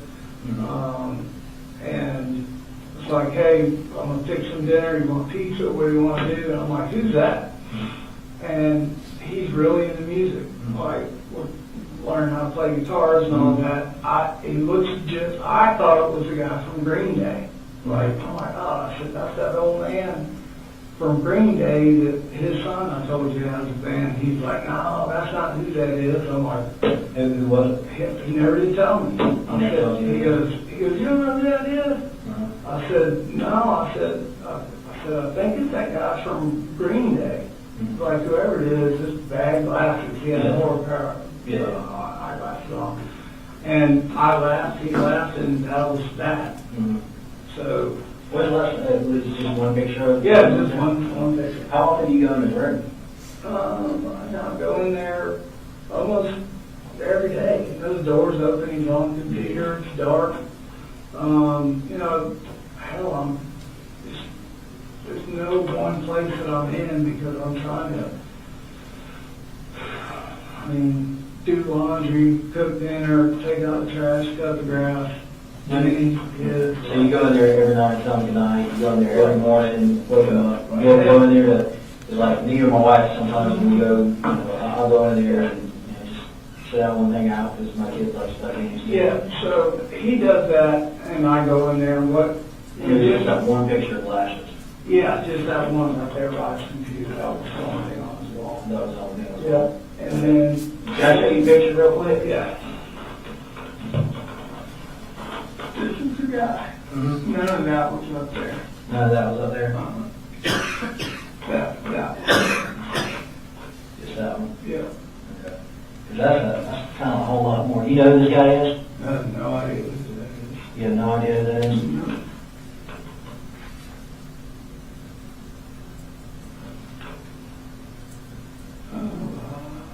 Can you see what that says I right think there? that's it. Yeah, the deadly toll 17. Is that the guy that shot the gay bar? No, that is a school shooter, and his name is Nikolas Cruz. That's the same guy. That's the same Yeah, guy. same guy. Okay. This is the only thing I Yeah. can see. We got pictures from his social media down here. This is in his room? Yes, sir. I'm telling you right now, I never saw any of that. There was one picture, that one, right there. Okay.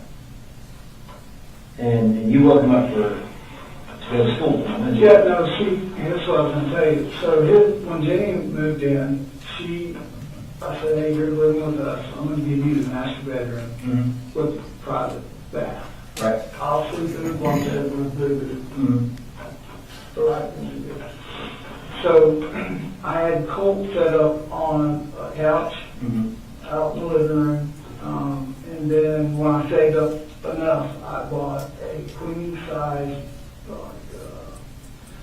mattress and just bed frame, no box frame. And set it up in the laundry room and just kind of a big room, like I was gonna make it my bedroom. Mm-hmm. So the goal was like, Colt, your room is packed with all this stuff that you got going on, computers and, golf clubs, all this stuff. I said, you need to start getting better sleep, so I want you to make this your room back here. And sleep in the bed instead of the couch.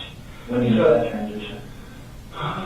Probably maybe a month ago, 3 weeks ago. So he would be asleep in there. And literally there was no, like, if he's on his computer, like, I'm not going in there and chit chat with him. He'll go in there and lay down or come out on the couch, and that's usually where if we're talking about school or anything going on, that's where he's at. Like, So he never he told never you? told me who that was. He No. never did. He in class said, I can't believe you don't know who that is. Mhm. I'm like, I said, no, it looks like that singer. Would it surprise you if Colt said something different? Maybe. Why, what do you say? So when I talked to Colt, he said that he indicated that, you came by and you asked him who that was on the wall. That's right. And he explained to you, he said, Dad, you don't know who that is. That's exactly what he said. Yeah. And you said, no, I don't. And he told you who it was Nikolas Cruz. And he was a school shooter, and he said it's not that big of a deal.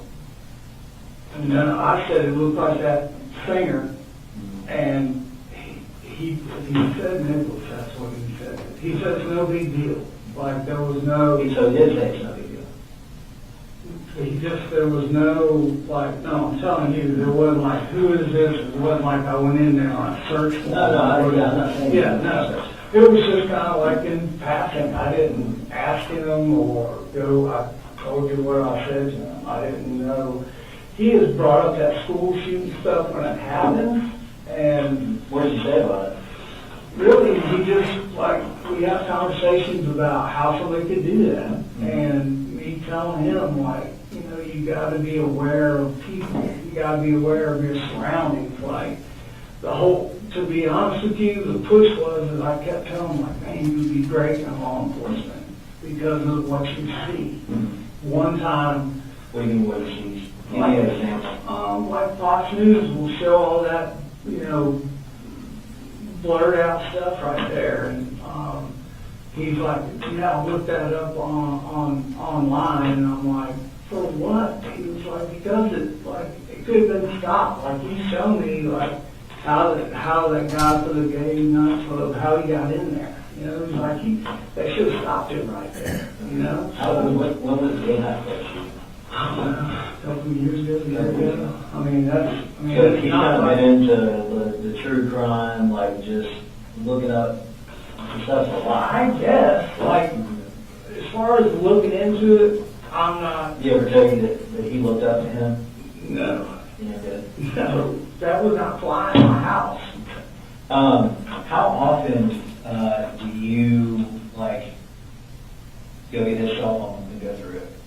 I just bought him a page-ago cell phone, so I have never gone through his You phone. never. When did you buy him a cell phone? I guess it was right before he was gonna start back school up here, 7th grade, 7th. Okay, so in Jefferson. Yeah. Okay. So 7th grade, I think it was Jefferson right when we moved here. It was, okay. yeah, it was before. So he's had let's say, you know, he's in 9th grade, so that's 2 years. So he's had a phone for about 2 years. Yeah, it doesn't seem like it's that long. Do you know what kind of social media profile she has? No, because when we lived in Jefferson, one day, like, how y'all doing? We'll get dressed, go play golf. Two law enforcement from Jefferson guys like, is your son here? I'm like, yep. Like, he's in better get dressed. Like, what's wrong? So I knew he got all the information. Like, I didn't even know what that was when he started talking to him. Like, Yeah, what did they say about it? he said there has been something on his Discord. He said, do you know what that is? I'm like, no idea. Right. He said, it's a chat room with a bunch of people, and your son, they would trace back the, I'm like, hold on. So we need to go get him. He's like, well, let me just tell you. So we traced back the IP because that threat was made for against the school shooting. I'm like, we need to go get him now. Went back, got him, I'm like, you need to come out here, and whatever you do, do not lie. You tell these people exactly what they're asking right now. So I'm watching them asking about, he's like, hey, I was gaming, there was a bunch of people, and he wasn't even sure if he could tell me who or when the comment was made. He just swore to me that he didn't. About the What was the comment? something about shooting up a school. That was the only thing that was said to me or So him. 7th grade. Yes, in Jefferson. The FBI comes up. You know, just two Jefferson law enforcement detectives and. Because so the 2 Jefferson may have came out there. Right. But did you know the tip came from the FBI? Yeah, I followed up with him, like car checking in with him, and he did tell me. He said, hey, the FBI's involved. I'm like, oh shit, okay. I said, well, as soon as I hear or think I hear, I'm just going to call you direct so we can, you know, he said, if you hear back from me, then we need more information. We never heard anything. I called him about a week later. He was like, no, you're good. He said, and he told Colt, he said, I do this every day. I can tell you're telling the truth. Like, I know you are. So when they left, I'm like, So that guy was a human lie detector test? right. And I said, you've got to be aware of, like, so, like, if the chat boxes, I don't know anything about all that. So, tell you. Yeah. All I know is I told them is you don't get in these chat box rooms where you don't know who the hell's in there because this is what can happen. And I said, Did he say he saw that comment, or he just said he denied it? Yeah, Discord, but he totally said no. He said I don't even use Discord a whole lot. and that was after you gave him the phone. No, That was before you. yeah, before I get How much longer after that incident did you get the phone? I think the phone was like once we got settled over here in Bethlehem as a carry. I Okay, think. I'm kind of confused. I want to go back and revisit that, because I asked you about the phone. You said that you think that it happened. Yeah, I'm trying Around to, seventh grade when he got the phone. I'm trying to put the timeline, there's so many things. Seventh grade, or is it last year that he got the phone? So, I'll have to go look and tell you exactly, but I'm trying to think of where I went, what Walmart. Before we talked about the whole stuff with the FBI, he had a phone before that. No, he did not have a phone when we lived in Jefferson. Okay, he didn't have a I phone. couldn't afford He it. didn't have a phone when he lived over here in Bear Creek. Bear Creek, no, they were just little. So he got a phone.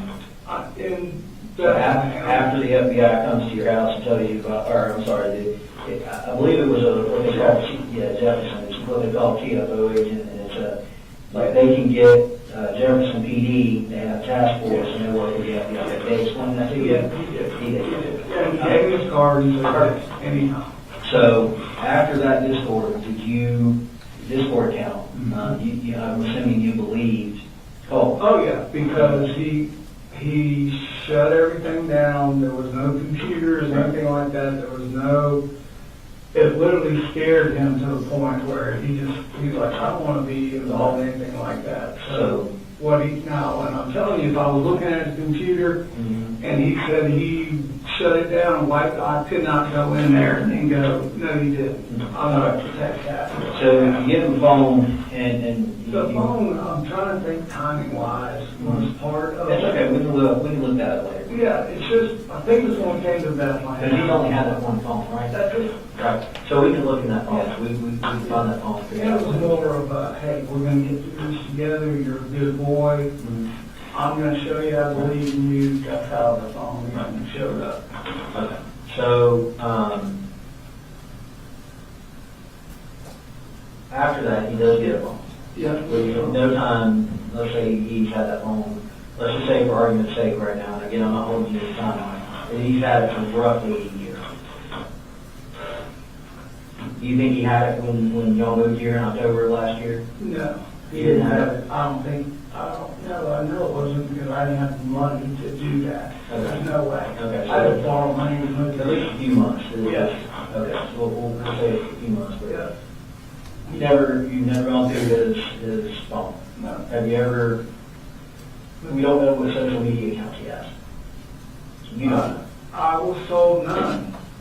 Okay, who told you that? Him, like, you don't have any of that, right? It's like, no. I go, When did you ask him that? We constantly, because when little man's in the house and he's on his computer, I'm like, I just don't want, you got Facebook? No. Like, I don't know what other platforms are out there to ask other than Facebook. Like, that's legit. Like, you do anything like I Did need you to learn ever think about, after hearing about this board, about signing up on it, go see what it was like? No, sir. Just check it out. No, I didn't. You didn't? No. And then, have you ever gone through his computer? You ever looked on it, sit down and log? And I know it's like a horrible thing to say, I'm just not tech savvy to sit down and go through anything. You know, I know it sounds terrible, but that's the truth. Where did he get his gaming computer from? His grandmother bought it for Christmas one. Did she? Yeah. Okay. And then he took it apart and he needed some kind of video card to get better graphics.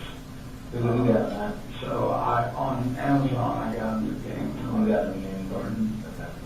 Okay. We noticed that when we went out there, you kind of taken that apart a little bit. It's just everything is like that. You know, I'm like, his grandmother bought one, I'm like dropping $500 for one of those towers, and he like takes it totally apart. And I'm like, what are you doing? Like, I just bought, he's like, I'm just upgrading the fan overheats. Like, How did he get these parts to upgrade them? the only upgrade I know is like the gaming card I buy it off of Amazon. You said he was upgrading the fan? He just would, he knows I don't know what the hell know what he's talking about when it comes about these parts. I'm like, just, what's wrong? Is it overheat? When I play games or whatever, it overheats. I need a bigger fan and some kind of specialized, like, Other than the graphics card, did you buy any other parts for the computer? nothing to wear, like, Now, you said you dropped $500 for a tower. Yeah. Did you buy another computer?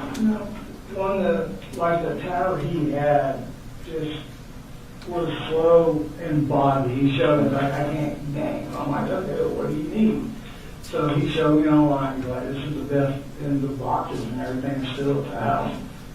So the one that grandma got wasn't really good. It's better than the one I had. She upgraded him. Okay, so you bought a tower, Yeah. and he said, look, I can't do it. Yeah, it's good. He used it for a while. I didn't bitch and complain, and then he just wanted more power and speed. Yeah, so his grandma upgraded him. I got you, I'm tracking you. Yeah. And all those parts and shit, that's what it looks like. How often did you, have you ever had a reason, or has he ever given you a reason to go through his room and look, make sure he wasn't, Nothing, never like, because when we were kind of talking to Jenny, she mentioned, because they're replaced.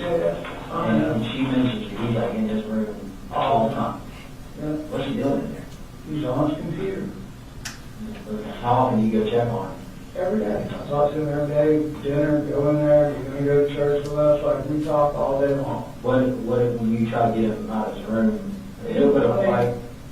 No, he doesn't put up a fight, but he just, come the weekends, I'm like midnight off in bed. So that's kind of our standing rule. But like I said, over the last couple of weeks here, he's just been more on the defensive, I would say, more kind of like anxiety filled, being short with me, being short with little brother. So, I just tell him, like, look, instead of screaming, yelling, getting upset, I can't have little brother and Jenny seeing this. So when he would go to in his room, he would shut the door, and I would open the door like, are we good? And I could see gaming, like every time. That's what I would see. So, what does Jenny do when she's there? Same thing. She helps do the laundry, cook. She's a really good cook. She'll cook. She does her own laundry, and then she'll chill out in her room. What do you do for fun at the house? Like games. What do you do for fun at the house? I'm at the house, not for fun. I'm there to cook, pay bills, do laundry, try to keep everybody You don't sit down and watch TV? motivated. We will here and there. We watch the Masters, some of the Olympics, but we're not. If you're watching TV, what are you watching? Probably the Weather Channel. Really? Yeah.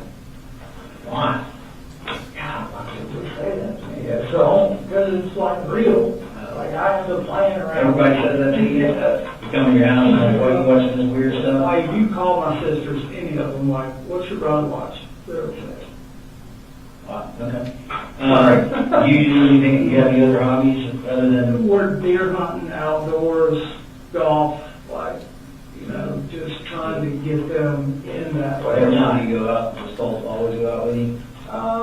He, 9 times out of 10, yeah, but now that Jimmy and little man are back, he's a little more reserved because, And they've been back how long?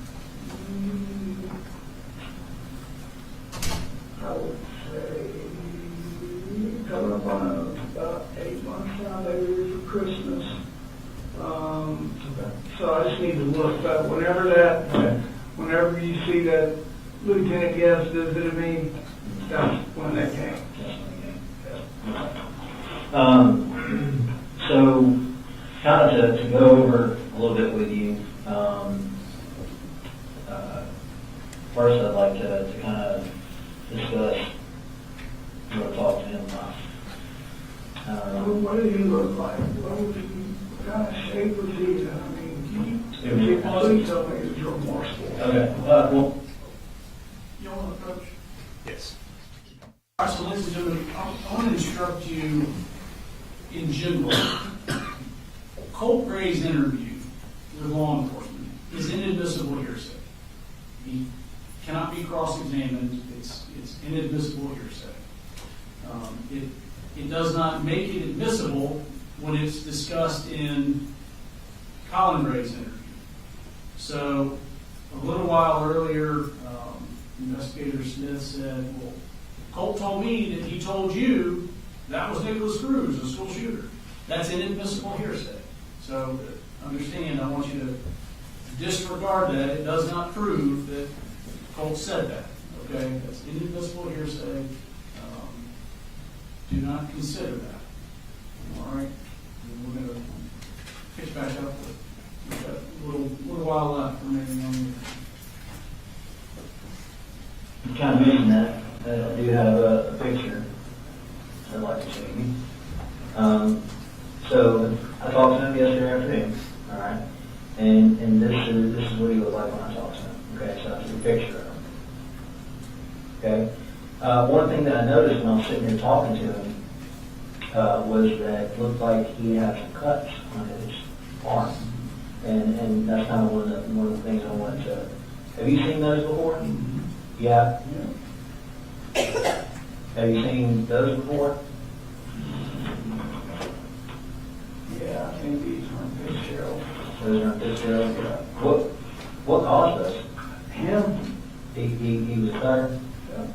Yeah. And we talked about that. How long ago did he do that?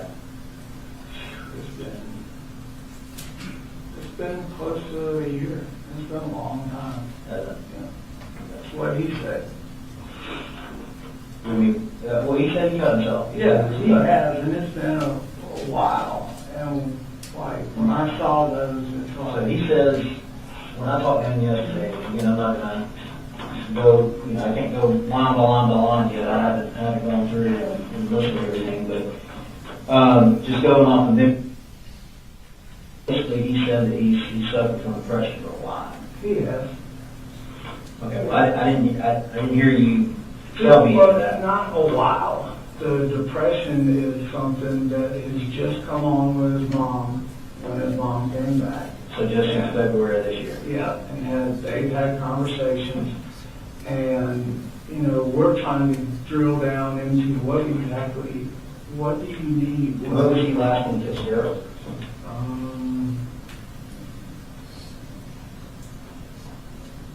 I guess when I went down there to get everybody. Yeah, that's a good bit more than a year ago. Yeah. But yeah, the original. Did you ask him why he got that? Oh yeah. Like I said, I'm just upset. I took all his knives. He had a pocket knife I gave him for beer, and I took them all. I'm like, that's not what we do. I'm like, I don't understand. Like what? And he said, I'm just sitting here clicking with the knife, thinking, and I'm like, but you did that on purpose. Mm-hmm. And I'm like, Why do you think somebody would cut themselves? I tried to just talk to him about that multiple times. He just said it was just something that happened. He would say it was just he was upset and it happened. I can't, it's been a while. I can't remember exactly what he said and what I said back and forth about it. I just told him it's not a normal thing. So kind of going back a little bit to revisit that earlier timeline where we talked about where he lived. You've been here in Barrow since October last year, correct? And I moved in June into Bethlehem. Okay. Where did you live between Bethlehem and, because I thought you, when I talked to Colt, you mentioned that he was here in Barrow. And you guys moved back here in October of last year.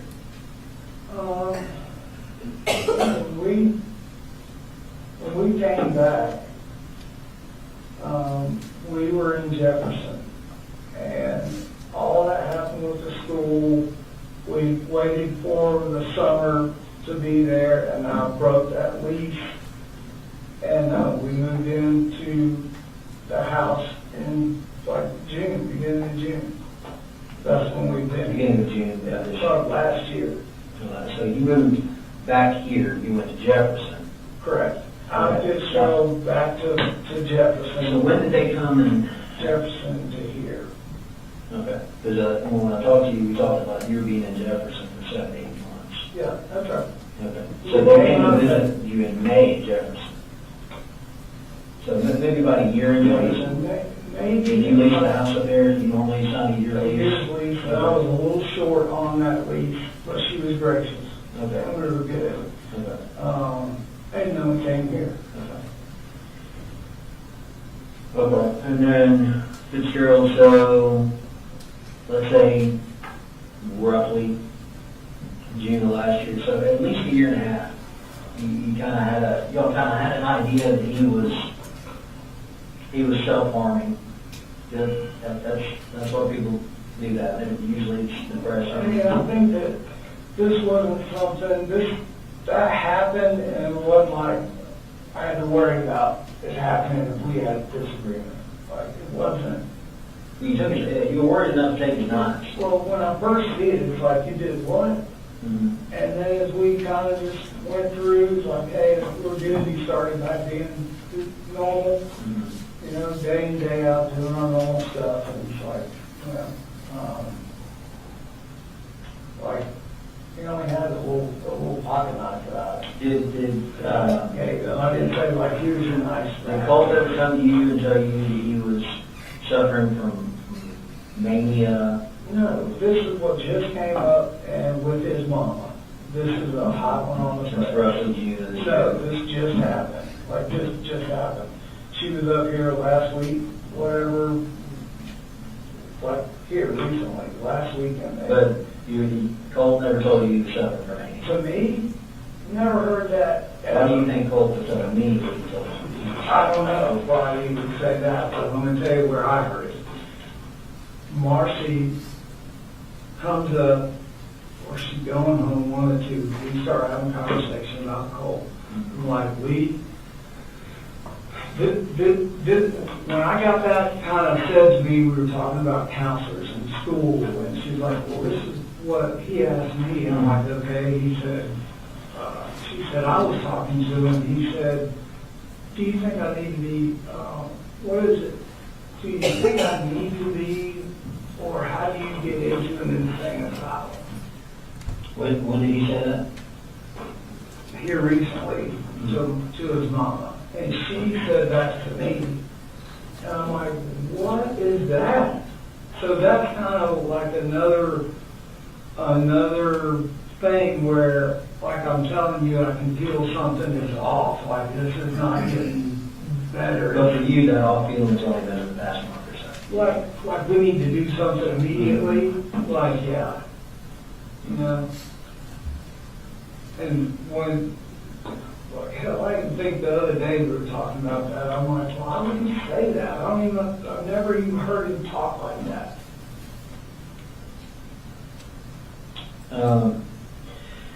So I'm just kind of going back to kind of refresh my memory some of the notes and stuff that I took with Colt, and you know, he tells me that he told you that he was suffering from depression and that he was suffering from mania and that he was going to kill himself. Yeah, no, that seriously. No. Yeah, I mean, if that's the kind of stuff, we're in the truck and we're going to the hospital. okay.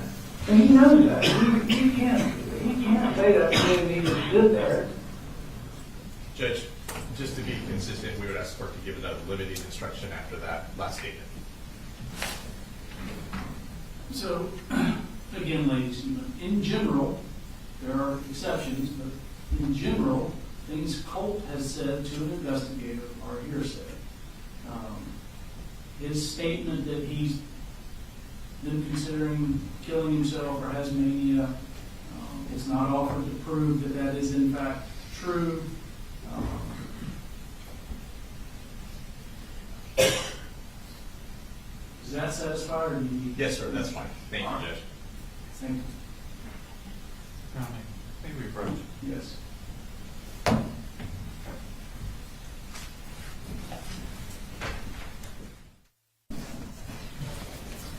right, ladies and gentlemen, we're going to work through some things. Y'all are going to go ahead and take a lunch break, so eating recess till 1:30.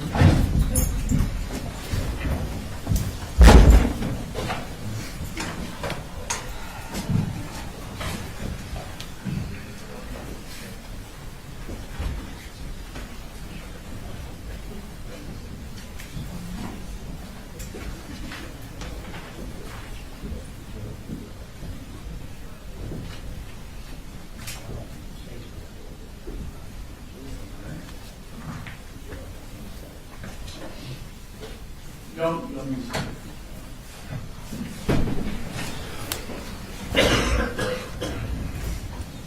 There's another 15, 20 minutes of this interview, is that right? I would say 40. I thought this one was 40 to begin with. Oh, this is The whole 47 thing was minutes long. 47. Okay, sorry. The whole thing was 47 minutes, this particular clip. It goes to 53:35. We are at 18 minutes. 6:47. No, that's not right. He steps out at 39. Yeah, I got 40. 44 minutes. Sorry. All right. Is what the state approached to show me, is that the last of the, That's what I'm looking at, Your Honor. That's why I wanted to break for lunch. I didn't want to keep Okay. coming up there so I can see things. I think that's the last of it. all right. We'll go ahead and break, then if that is beneficial. And then I know that we have some of the photos that we still needed that we were going to talk about on the back end of lunch. I don't know. And you're based on where we've gotten with Investigator Smith's testimony, I do anticipate there being another break between the next witness if you want to wait until that. All right. We can do that. Do y'all want to resume at 1:15 or do you want to just take a couple, I mean, I don't know how y'all want to handle that. Yeah, let's do that. 1:15 works for me. Okay. All right.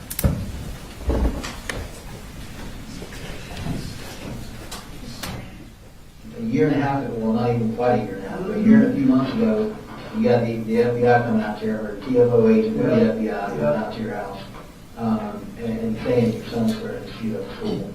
No, he said it was in that thing. Okay. And I'm telling you, we went round and round. I said, I need to know what he was. And I'll get I'll pull the report Yeah, from pull it. him. But basically, he was in a chat room. Your son was in a chat room. Correct. Where they were talking about cheating at school. Yep, And then we have, him cutting himself, yep.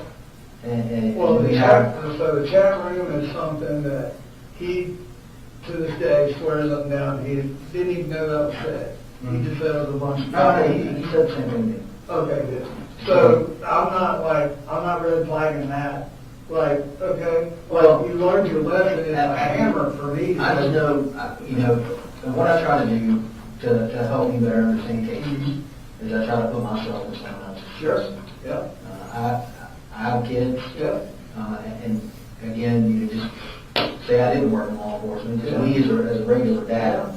If the law enforcement comes, no matter who they are, law enforcement comes to my house and tells me that my son oh, yeah, was in a room where they were talking about committing a school shooting, yeah. that is going to be a giant red flag. Oh, and it was. No matter what my kid says, because kids can lie, right? That's right. That's right. Yeah. And it was. That's a huge red flag. Yeah, it was. And I talked to that officer. I'm probably going, you're not going to have a computer, you're not going to have a phone, you're not going to be on the internet. Is that what happened with you guys? It was done. No, nothing. You took his computer? Yeah, we just, like, Right, just like when you took your knives after you cut yourself. everybody take a break. Right. When you feel like coming back and being normal, let me know, we'll talk about all this. Right. Something along those lines. And then you kind of sprinkle in there his interest with true crime. Yeah. That you guys talk about. He had this innate ability, like, as a 13, 14-year-old man or a child, he is looking at these news cameras or what's being printed on the news, and they have the blurred out images, but he is seeking to go find the graphic images. I don't know about that, but Well, there's a blurred image, right, on the Fox Yeah, News, right. and then he went to go see the actual image. yeah, and it was more like fear, to have to worry about this in school. Like, no, if they've got officers there, like, hell, like, no, you're not, this is just like, that was I thought at the time was the interest, like, is this gonna happen to us? Like, no. So when did you give his computer back to him? Was Because he was able to go look up all this about the school shooters and stuff. When did you give his computer back to him? In Jefferson, Yeah. I have no idea when I gave it back to him because that was towards the end of school and then we started moving. Okay. When did you buy him the computer? I bought him a tower, I guess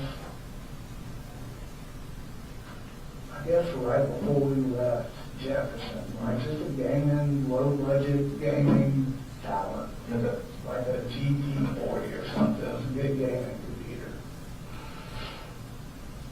But never, let me be exceptionally clear, right now. If he ever said anything to me about killing himself, there's not hell or high water going to keep me from taking him to the hospital. Right then. Right. Like, that's, So let's kind of visit, let's unpack that. Did Miss Marcee and Miss Debbie come to you and talk about having him go to Athens Behavioral Health? yeah, that's what we're working on. That's what we're working on. That's other stuff. What were you supposed to take him to Athens Behavioral Health? Was I? You or whoever, who was supposed to take him to Athens Behavioral Health? I didn't have an appointment with him there. Well, I know you didn't have an appointment, but I think the reason that there was no appointment made is because they said on Saturdays, you didn't need to make an appointment because it's not a busy day. I didn't talk to anybody there. I don't know. No, I'm not saying you did, Oh, I don't know. I don't but know did you anything talk to about Marcee that. About and Athens? Debbie about taking him to Athens and having him, No, you never had a conversation with them not about, about Athens. about where? I mean, not about going, the only person we talked about was school and getting that third party counseling there for him. That was our conversation. Because when, in an interview with Miss Debbie and Mr. Marcee, they both indicated that this past Saturday, that Colt was supposed to be taken. That's the first one I've heard that. No, you I swear to God, never heard that before. never heard that before? Nope, never. Okay. Why do you think that would be said? Because that's what I told you, we were trying to get help for him, like, so if like it's not normal for the way he's not wanting to go to school, and he's just been through a lot with his mom. Like he's voiced, like he's having trouble, he's telling me he's having trouble, it's just a lot. Do you think it would have been a bad idea to take him or a good idea to take him? I didn't even know, it would be a great idea. That's what we're trying to do, is decide as a family if we want to check him in somewhere and we, like, admit him, or just get. And that was, I remember you saying that Marcee first had the idea to check him in somewhere months ago. When you pushed her and you came home. And, No, that was just like last week. okay. What was the incident you were telling me about? Was that? That was, I started talking about it. Last week or- Yeah, when Dad came up here and all that, it's that kind of stuff that he went through down there living with them that kind Did of. Marcee ever ask you to take the guns out of the house? Or put them up or hide them somewhere? No, yeah, we've always been like that, like our guns have always been. But what did Marcee ask you about the guns? What did she say to you? She just said after the confrontation she had with Colt was like, you just need to put them up or get rid of them. And I said, okay. Did you put them up or get rid of them? They're up. And I didn't, my goal, my thought was, is I'm gonna have a conversation with Colt about all this, and Did you have a conversation with Colt about yeah, it? like, he told me exactly what happened, that his mama kind of it was a different story than what she said. That she kind of came charging in there, calling an MFer, and got in his face, and like, okay, that's what happened. I'm like, okay.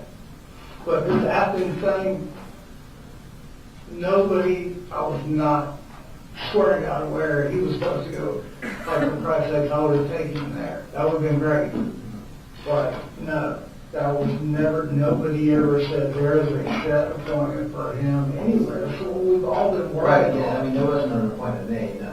I mean, like, it's all my insurance, I would have to know about it. Nobody ever said, hey, go. Like, we're set up to bring, like, I didn't know that they talked to Athens, like, Okay. So tell me about Jenny. How is Jenny? They're really close, right? they're close, she was super quiet. She is? Yep, real reserved and, Is she a pretty truthful kid? yeah, she's pretty good, she is, Have you ever taught her a lot more? Jenny, nothing major that I can think What does she of. lie about? I'm saying, no. I can't think of anything like major. Have you ever caught Colton a lie? I'm sure I have. I can't, Can't think of anything off the top of your head. no. Like, kind of a lot of trying to process here, and these questions are like, I don't know, like, I don't know. No. Like, I don't know, when I bought that tower, it was like around Christmas or something. Yeah, like I said, I'm not looking for an exact date. Yeah, I know you don't carry around receipts, but these are questions I get it. that we've got to figure out, we've got to find out. Yeah, I get it. Because, you know, a lot of people want answers to these questions. Yeah, I do too, Yeah. you know, like, I do too. So these are some things that, you know, you kind of need to be thinking about. But we did talk with Jenny today. Yeah. And she did very well today. And we kind of, when we talked to her, and she's very close with her brother. She goes in his room and they play video games together, and so on and so forth. One of the things that she stated was that was a Colt catch his firearm instantly. It's not all the time, though. Okay. So how often? Like, there was never an inkling or a thought of anything like this ever happening. That's not like, Well, there was an inkling. well, I mean, There, not really for him. This for him, this was our escape out into the wilderness kind of thing. That's all this was. Like, if we were getting guns down to clean them or stove or something like that, it was purely range or deer hunting. That's what this was. I thought, but apparently not. So, yeah, fair enough. She mentioned that over the past couple of days that he had been kind of cleaning his gun a lot. Did you see anything? no. But you don't know when he had it done, when he did have it done. You couldn't say on any given day. He's never just had his gun, like, in his room. That's not the rule. That's not it. They're in the bedroom. If he, like that little lady. Whatever. You're better? Huh? You're better? In my bedroom, when I told her, I heard saying that. Now, this is a couple days ago. I was looking to see that little laser thing came down, and he had it down. We were messing with the scope and all that, just purely what we have been doing leading up to this. This was not in my train of thought, obviously. Yeah. So, as far as cleaning it, I never saw it. We don't really have a whole lot to clean a gun with. Yeah. So, and he knows not to do that shit in front of me. It's not like, that's not a toy. But, so, I guess the reason I'm kind of drilling down on it is I'm trying to figure out how often he had the gun, how much access he had to the gun. Yeah, I mean, there was. It sounds like, I mean, if you weren't home, because he doesn't sound like he ever went to school in the 3 or 4 days, I think it was on computer. He could have gone in there any one of those days he got it. Well, it was a trust kind of thing. That's the reason we bought it, because he was showing, like, trust. You trust it? Like, I mean, it's like he was checking the boxes, doing everything he needed to do. What boxes was he checking? Just staying calm, getting back in school, like being committed to getting back in school, like just everything he said he was going to do. And then when the mess shit happened, I guess, Colin, I have a different understanding of checking the boxes. Because he made the commitment to go back to school. yes. But he didn't go to school. He went 4 days. Well, this year he went 4 days. the conversation that you don't not know about is, could he go to school? Mm-hmm. And that's where we're kind of like at with this whole I mean, thing. go to school. Can he go to school and just say he's gonna go to school and go to school and do what he's supposed to do and not worry about all the kids and the bullying and all the, you know, like Who was bullying? in Jefferson, Okay, but not here. not here. Okay. No, when he came back here, he was. He did online school for a period of time too, right? How long did he? I don't know, man, he went through all of online till, I don't know, towards the end of this year. Mhm. And then his grandmother said that we were gonna just try to get him enrolled back in school, and if it didn't work, that, you know, I was looking at sending him to different places for school, like not a military school, and there was just, this was his chance to get back into school and just have some normalcy and not worry about all of that. He got so far behind. Mm-hmm. I felt like he was like gonna be picked on and looked at because he was so far behind. And he never was just a go-getter out being the life of the crowd. He just, you know, he just would be by himself and What did not you- want any crap started. What have you heard as far as the actual case? Have you been, listening to the news? Have you been told about how many people were injured, hurt? So, I came home, when I came home, the TV was on when I got home. And I saw the overhead of the football field. I shut the TV off. And then talking to my family. So the news was calling everybody in my family, and I'm talking to them, and they're telling me what all that's happened and how many people. What did the news say to you? They just want in the house, They wanted what else? my house. They want to interview me and want to talk to me, and it's like, y'all need y'all's property. So that went on. What did the news say about the injured and the deceased? I never had that conversation, I'm not gonna have that conversation with the news media, because please get off my property. What about law enforcement? I haven't talked to them since everybody left the house. You're it.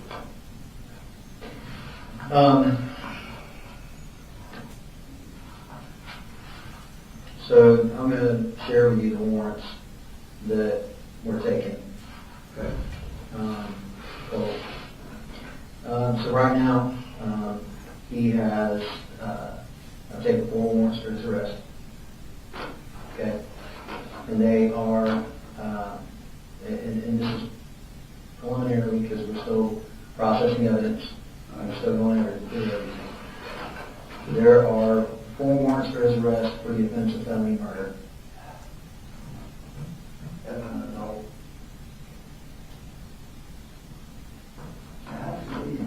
It has to be. What do you say it has to be? There's a lot of damage done. What if it isn't just what? So there were 4 people who lost their lives. So and I'm going to give you the picture, kind of in talking to everybody, kind of what happened that morning, to the best of my ability. All right, from what was told to me, this is kind of what I've been able to develop so far. So Colt says that he makes this decision to bring this rifle to school. How do you even get a long rifle on a bus and in school? Like, I don't understand that. Well, he took some steps to do that, right?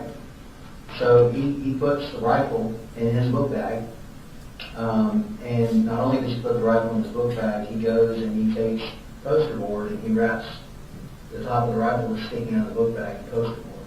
And then he takes on top of that and puts some kind of hat over the top of the top of the poster board. And he told everyone that it was a project. And the poster was a Happy Mother's Day poster that I had been made. How did you know that? Because it was in his room, like it was our thing to try to help her. Yeah. So he wraps this up in poster board, and he gets on the bus. He tells everybody, it's a project. He goes to class. He tells them it's a project. And then he goes to his second period class, where he makes the decision to go into the bathroom and, in his words, to get ready. And asked him what that meant. And he stated that he had formulated this plan. And his initial plan was to bring a hat. And the initial plan was he has an airsoft vest. Is that correct? He was going to wear his airsoft vest, but he opted not to. And he forgot his hat, but he brought with him some gloves. And he said the reason that he brought the gloves was to distance himself from the rifle. So what? Distance himself from the rifle. Does that mean anything to you? I don't know what that means.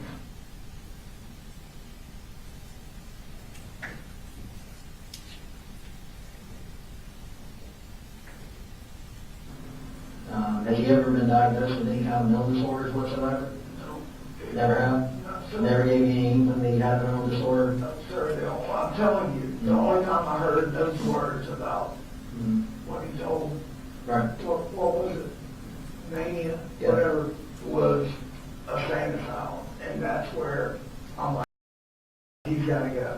Like, we have to make this happen right now. Something's wrong. And when was that? That was just the other day that his mama told me that. Like, okay, we've got to make this happen. When she came over, he pushed her? Yes. Okay.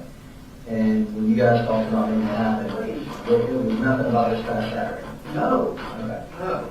So he goes down, he opens up fire, and he strikes four individuals, and four of the individuals that he shoots and hits,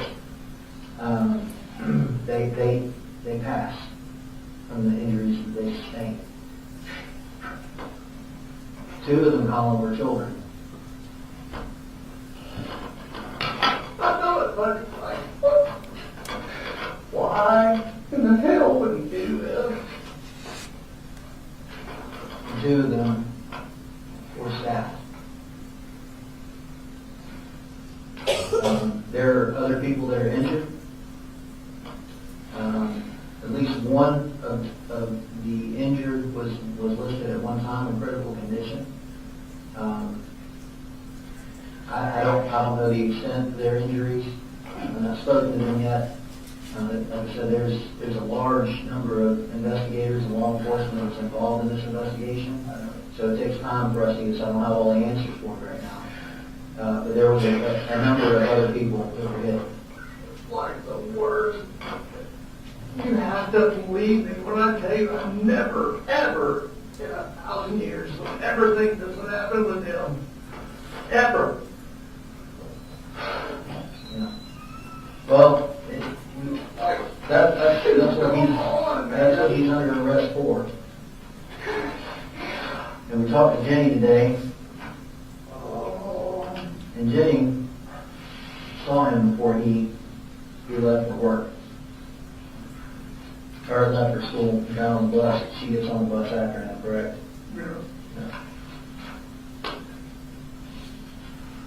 This is the picture Jenny drew for us of his backpack. His backpack, open, poster board, rolled up paper. She even put the J on here for Jenny's work. I just bought it and I looked at it. Jenny is very talented. She's a very talented artist, and she's a very smart young lady. She's the whole reason She's the whole reason you're what? that I am committed to do whatever I have to give my kids a good life. They did not deserve to go through all that shit with their mama and all the shit they saw and had to deal with it. Right. So when they went through all that stuff with their mom and all that stuff they had to deal with, did you ever get them think about getting them counseling or sending them? You did? Who did they go to? No, we didn't.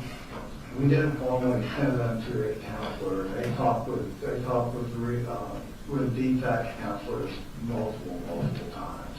And to the point where I was talking with Jenny, like, hey, Defects counselors or defects workers? both, they were both involved. And Fitzgerald. And she, you know, that everything that I do, or, you know, Colt, your brother, and your sister are watching, you're the role model. And if there was any constant frustration, it was like that, like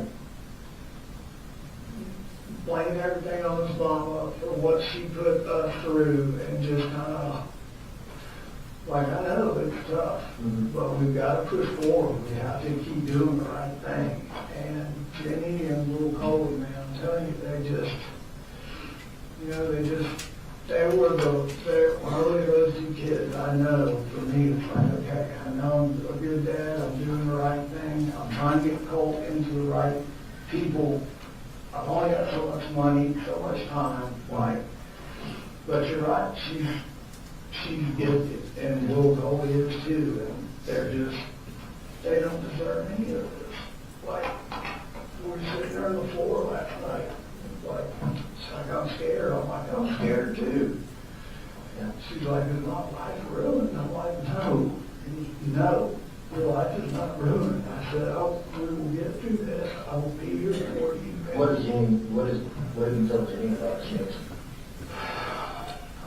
The only thing I said to her was, don't get on social media, which I know she has. And I asked her, I said, have you looked at any of this? What social media accounts does she have? I don't know. I don't think she has any. If she does, she doesn't. Like, no Facebook, nothing like that. But I told her today, I said, she started texting, oh, y'all got my phone. When he said that last thing to me the other day, I left work and was texting him repeatedly, like, call me, like, something's wrong. I knew something was wrong. And when I got to her, Did you call 911 when you figured out something was wrong? it all happened like bang, bang, bang. Talked to Jenny, and she said, we're in lockdown. As soon as she said we're in lockdown, I started getting off the roof of the building I was on, like, I gotta go. And then it was just trying to contact him, her, him, his mama, grandmother, just, we gotta go get the kids. Like, I gotta get home, something's wrong, I don't know. And Marcee's like, I got a bad feeling about this. And I'm like, I do too. I'm like, I pray to God, you know, not in the middle of it. Well, one of the things that Jenny said in her interview, and I want to bring up some notes that I took.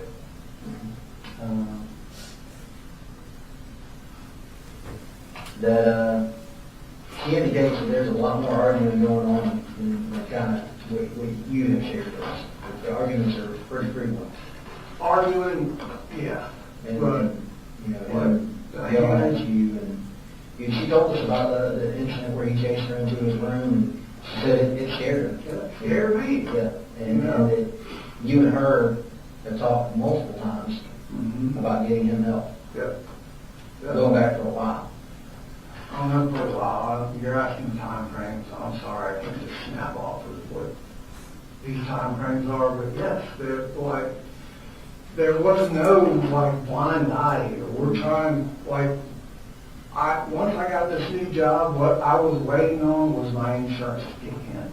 And that finally just kicked in. That was, we've been talking, like, as soon as I... When did the insurance just kick in? A week and a half ago. 2 weeks, maybe, I don't know. I said, I don't know the exact date, because it all happened. I was waiting to get him into a, like, if it had to be clinical, I started going down the list. I even reached out to a psychologist in Bethlehem, like, do you take my insurance? Yes. Here's kind of the backstory I got with Colt, was talking about that. And then school. Has Colt kind of, to kind of stay on track with the argument, has he ever told you that he hated you during the argument? Yeah. Has he ever told you that he wanted to hurt you? He's always threatened to hurt you? not like, more like, what are you gonna do about it kind of stuff. And what I chose to do is just to leave him alone. And And Jenny described seeing him kick you, and punch you, and hit you, that was the second time, and that was how long ago? probably a month and a half ago, before he started back to school. Yeah. And that's when I pulled in Did you ever throw anything in? say, hey, to the screwdriver at me. What did he say to you before he did that? He didn't, I didn't hear him say anything to me at all, but, when I picked up the screwdriver, I probably should have said, you're going, I said, I need to call the law. So Jenny knew that he had a lot of social media accounts. He actually had a lot of them. And he would create them, delete them, and create them, and delete them. In your talks with Jenny, did she ever share that with you? She never told me, and like, I'm all about, social media, so Help me understand how the conversations with Jenny would go. we wouldn't sit down and just sit there and have a long conversation about Colt. I mean, that's not, it was more about just, hey, we're getting him help, insurance kicks in, he's going, like, I'm trying to just see it coming and be neutral, and, I feel like he's gonna get that way, then we'll go to the park, and he'll calm down, and he'll give me a call and say, hey, I'm sorry, I just lost my temper, blah, blah, blah. And that's typically how it would go. But it was a lot of back and forth about his mom, and, what really started the whole thing of her coming back, he asked, he said, do you ever think that we'll be back together as a family and we can get mama some help? And I'm like, yeah. I said, I'm not doing that or bringing her back into our lives until everybody is ready to do that. He actually was the one that was like, yeah, let's try to get her some help, and, I don't want her to end up alone. And we had that conversation, just stand out in the backyard, and I'm like, okay. You didn't want to do it at all. He didn't want his mom to end up alone. And I said, well, I respect that. I said, so let's work on what it takes to get her back here, and us as a family. The mission was to keep our family together, all of us, and just turn the page and try to start over normal. Yeah. I can have something to drink. Yeah. Hang on a second.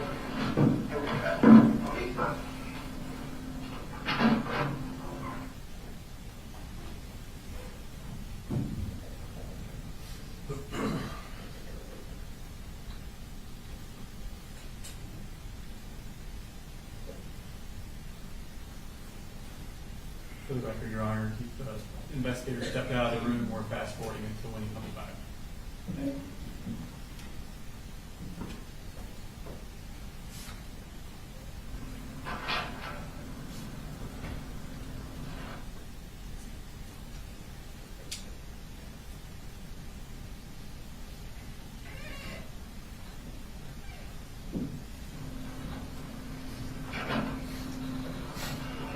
I'm sorry, man. I had to go to like 4 different people's offices, and none of my keys were in anybody's office.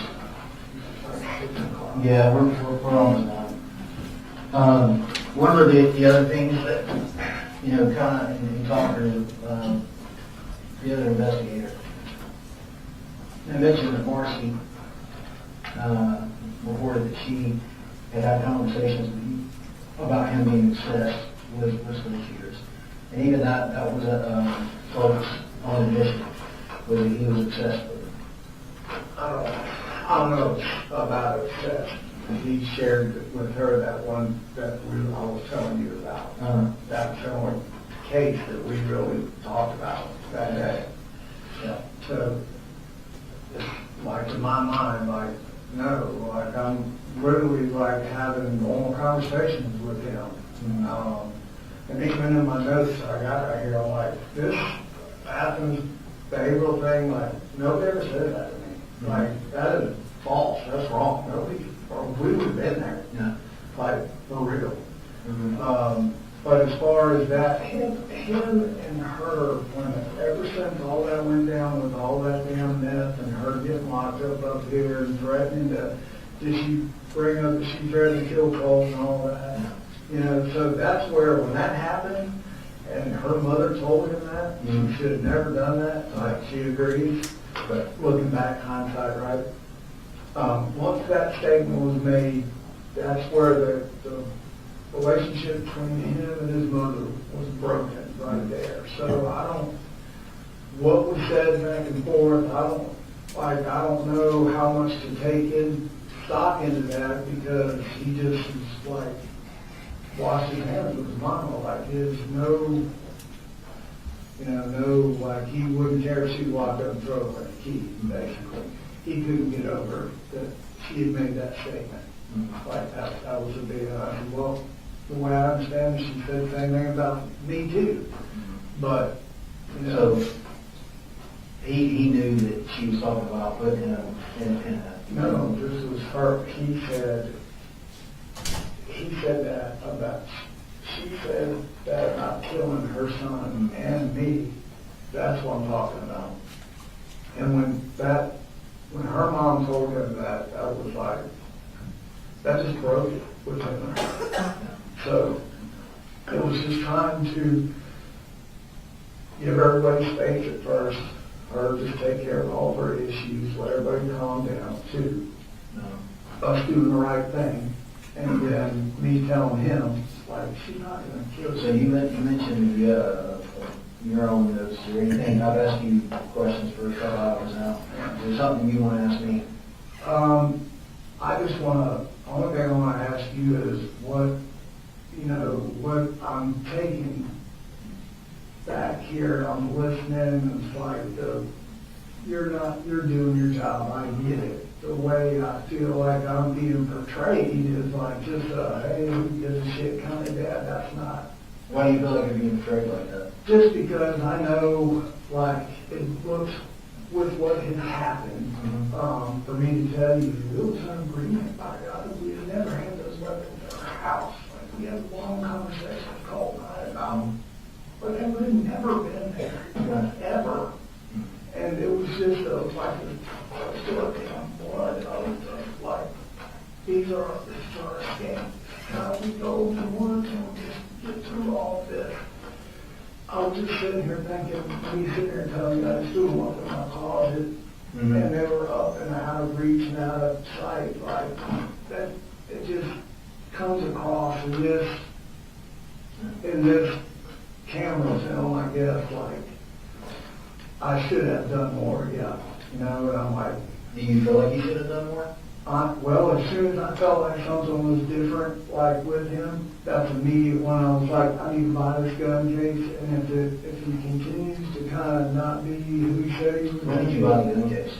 It's sitting in my cart, and I couldn't afford it. Well, what was the catalyst for that? I remember you telling me about that. I was just saying that I could just, him going back to school. Was that after Marcee told you to put the guns up? No, this was after him and her had that big old thing. There was a red flag that went off for you, like, hey, I need to lock these guns up. Well, there was okay, until we can give him some help and everybody calm, I just need to do the right thing and just get them put up or out of the house. Like, either way. Like, and that was known, that was coming. I had to pay $78 just to buy it. So it's still sitting on Amazon cart for $134. And that was after the incident last week With him? Marcee. Okay. Yeah, with him and his mom. So And she really, came up last week. yeah, and really I was debating like this week, like, well, if he goes to school, then I may just come home and take everything up to Mike and just tell him to hold on to it for a while, just until I can make sure everybody's like, Why didn't you do that last week? this is not on the radar. Him and his mother have gone. Again, was the school shooting itself on your radar? Oh, no. Okay, yeah, you're saying it's not on your radar. But something was on your radar because you put a gun safe in your Right. Amazon account. That was after Marcee and him had that argument. And you even said, you know, I should go and put these guns up. I had the thoughts to take them to my Mike's gun room. Yeah. Why did you not? I didn't take them to Mike because I didn't know if he would take them. And so I Why thought, did you not take them to, you know, lock them up in the car? she said the same thing, but I work out of my truck. It's completely full of tools. And I can't, like, I'm in charge of the job. I can't roll up there and have guns in my vehicle. Do you have any family around? No, I've got a sister that lives in Woodstock. Okay. So you were talking, did you call her and ask her if she'd be willing to? We don't really talk. You don't talk? Me and my family. But I would just sit like, you know, I don't, you know, I mean, literally if Let me ask you a question, and this may be a hard pill to swallow. Do you think if you had gotten rid of those guns, that we would be here right now? I don't know that because I'm finding out things about him I didn't even know were happening. Right. Like, so I can't answer that. Like, I'm just taken back by a lot of things on here. Okay.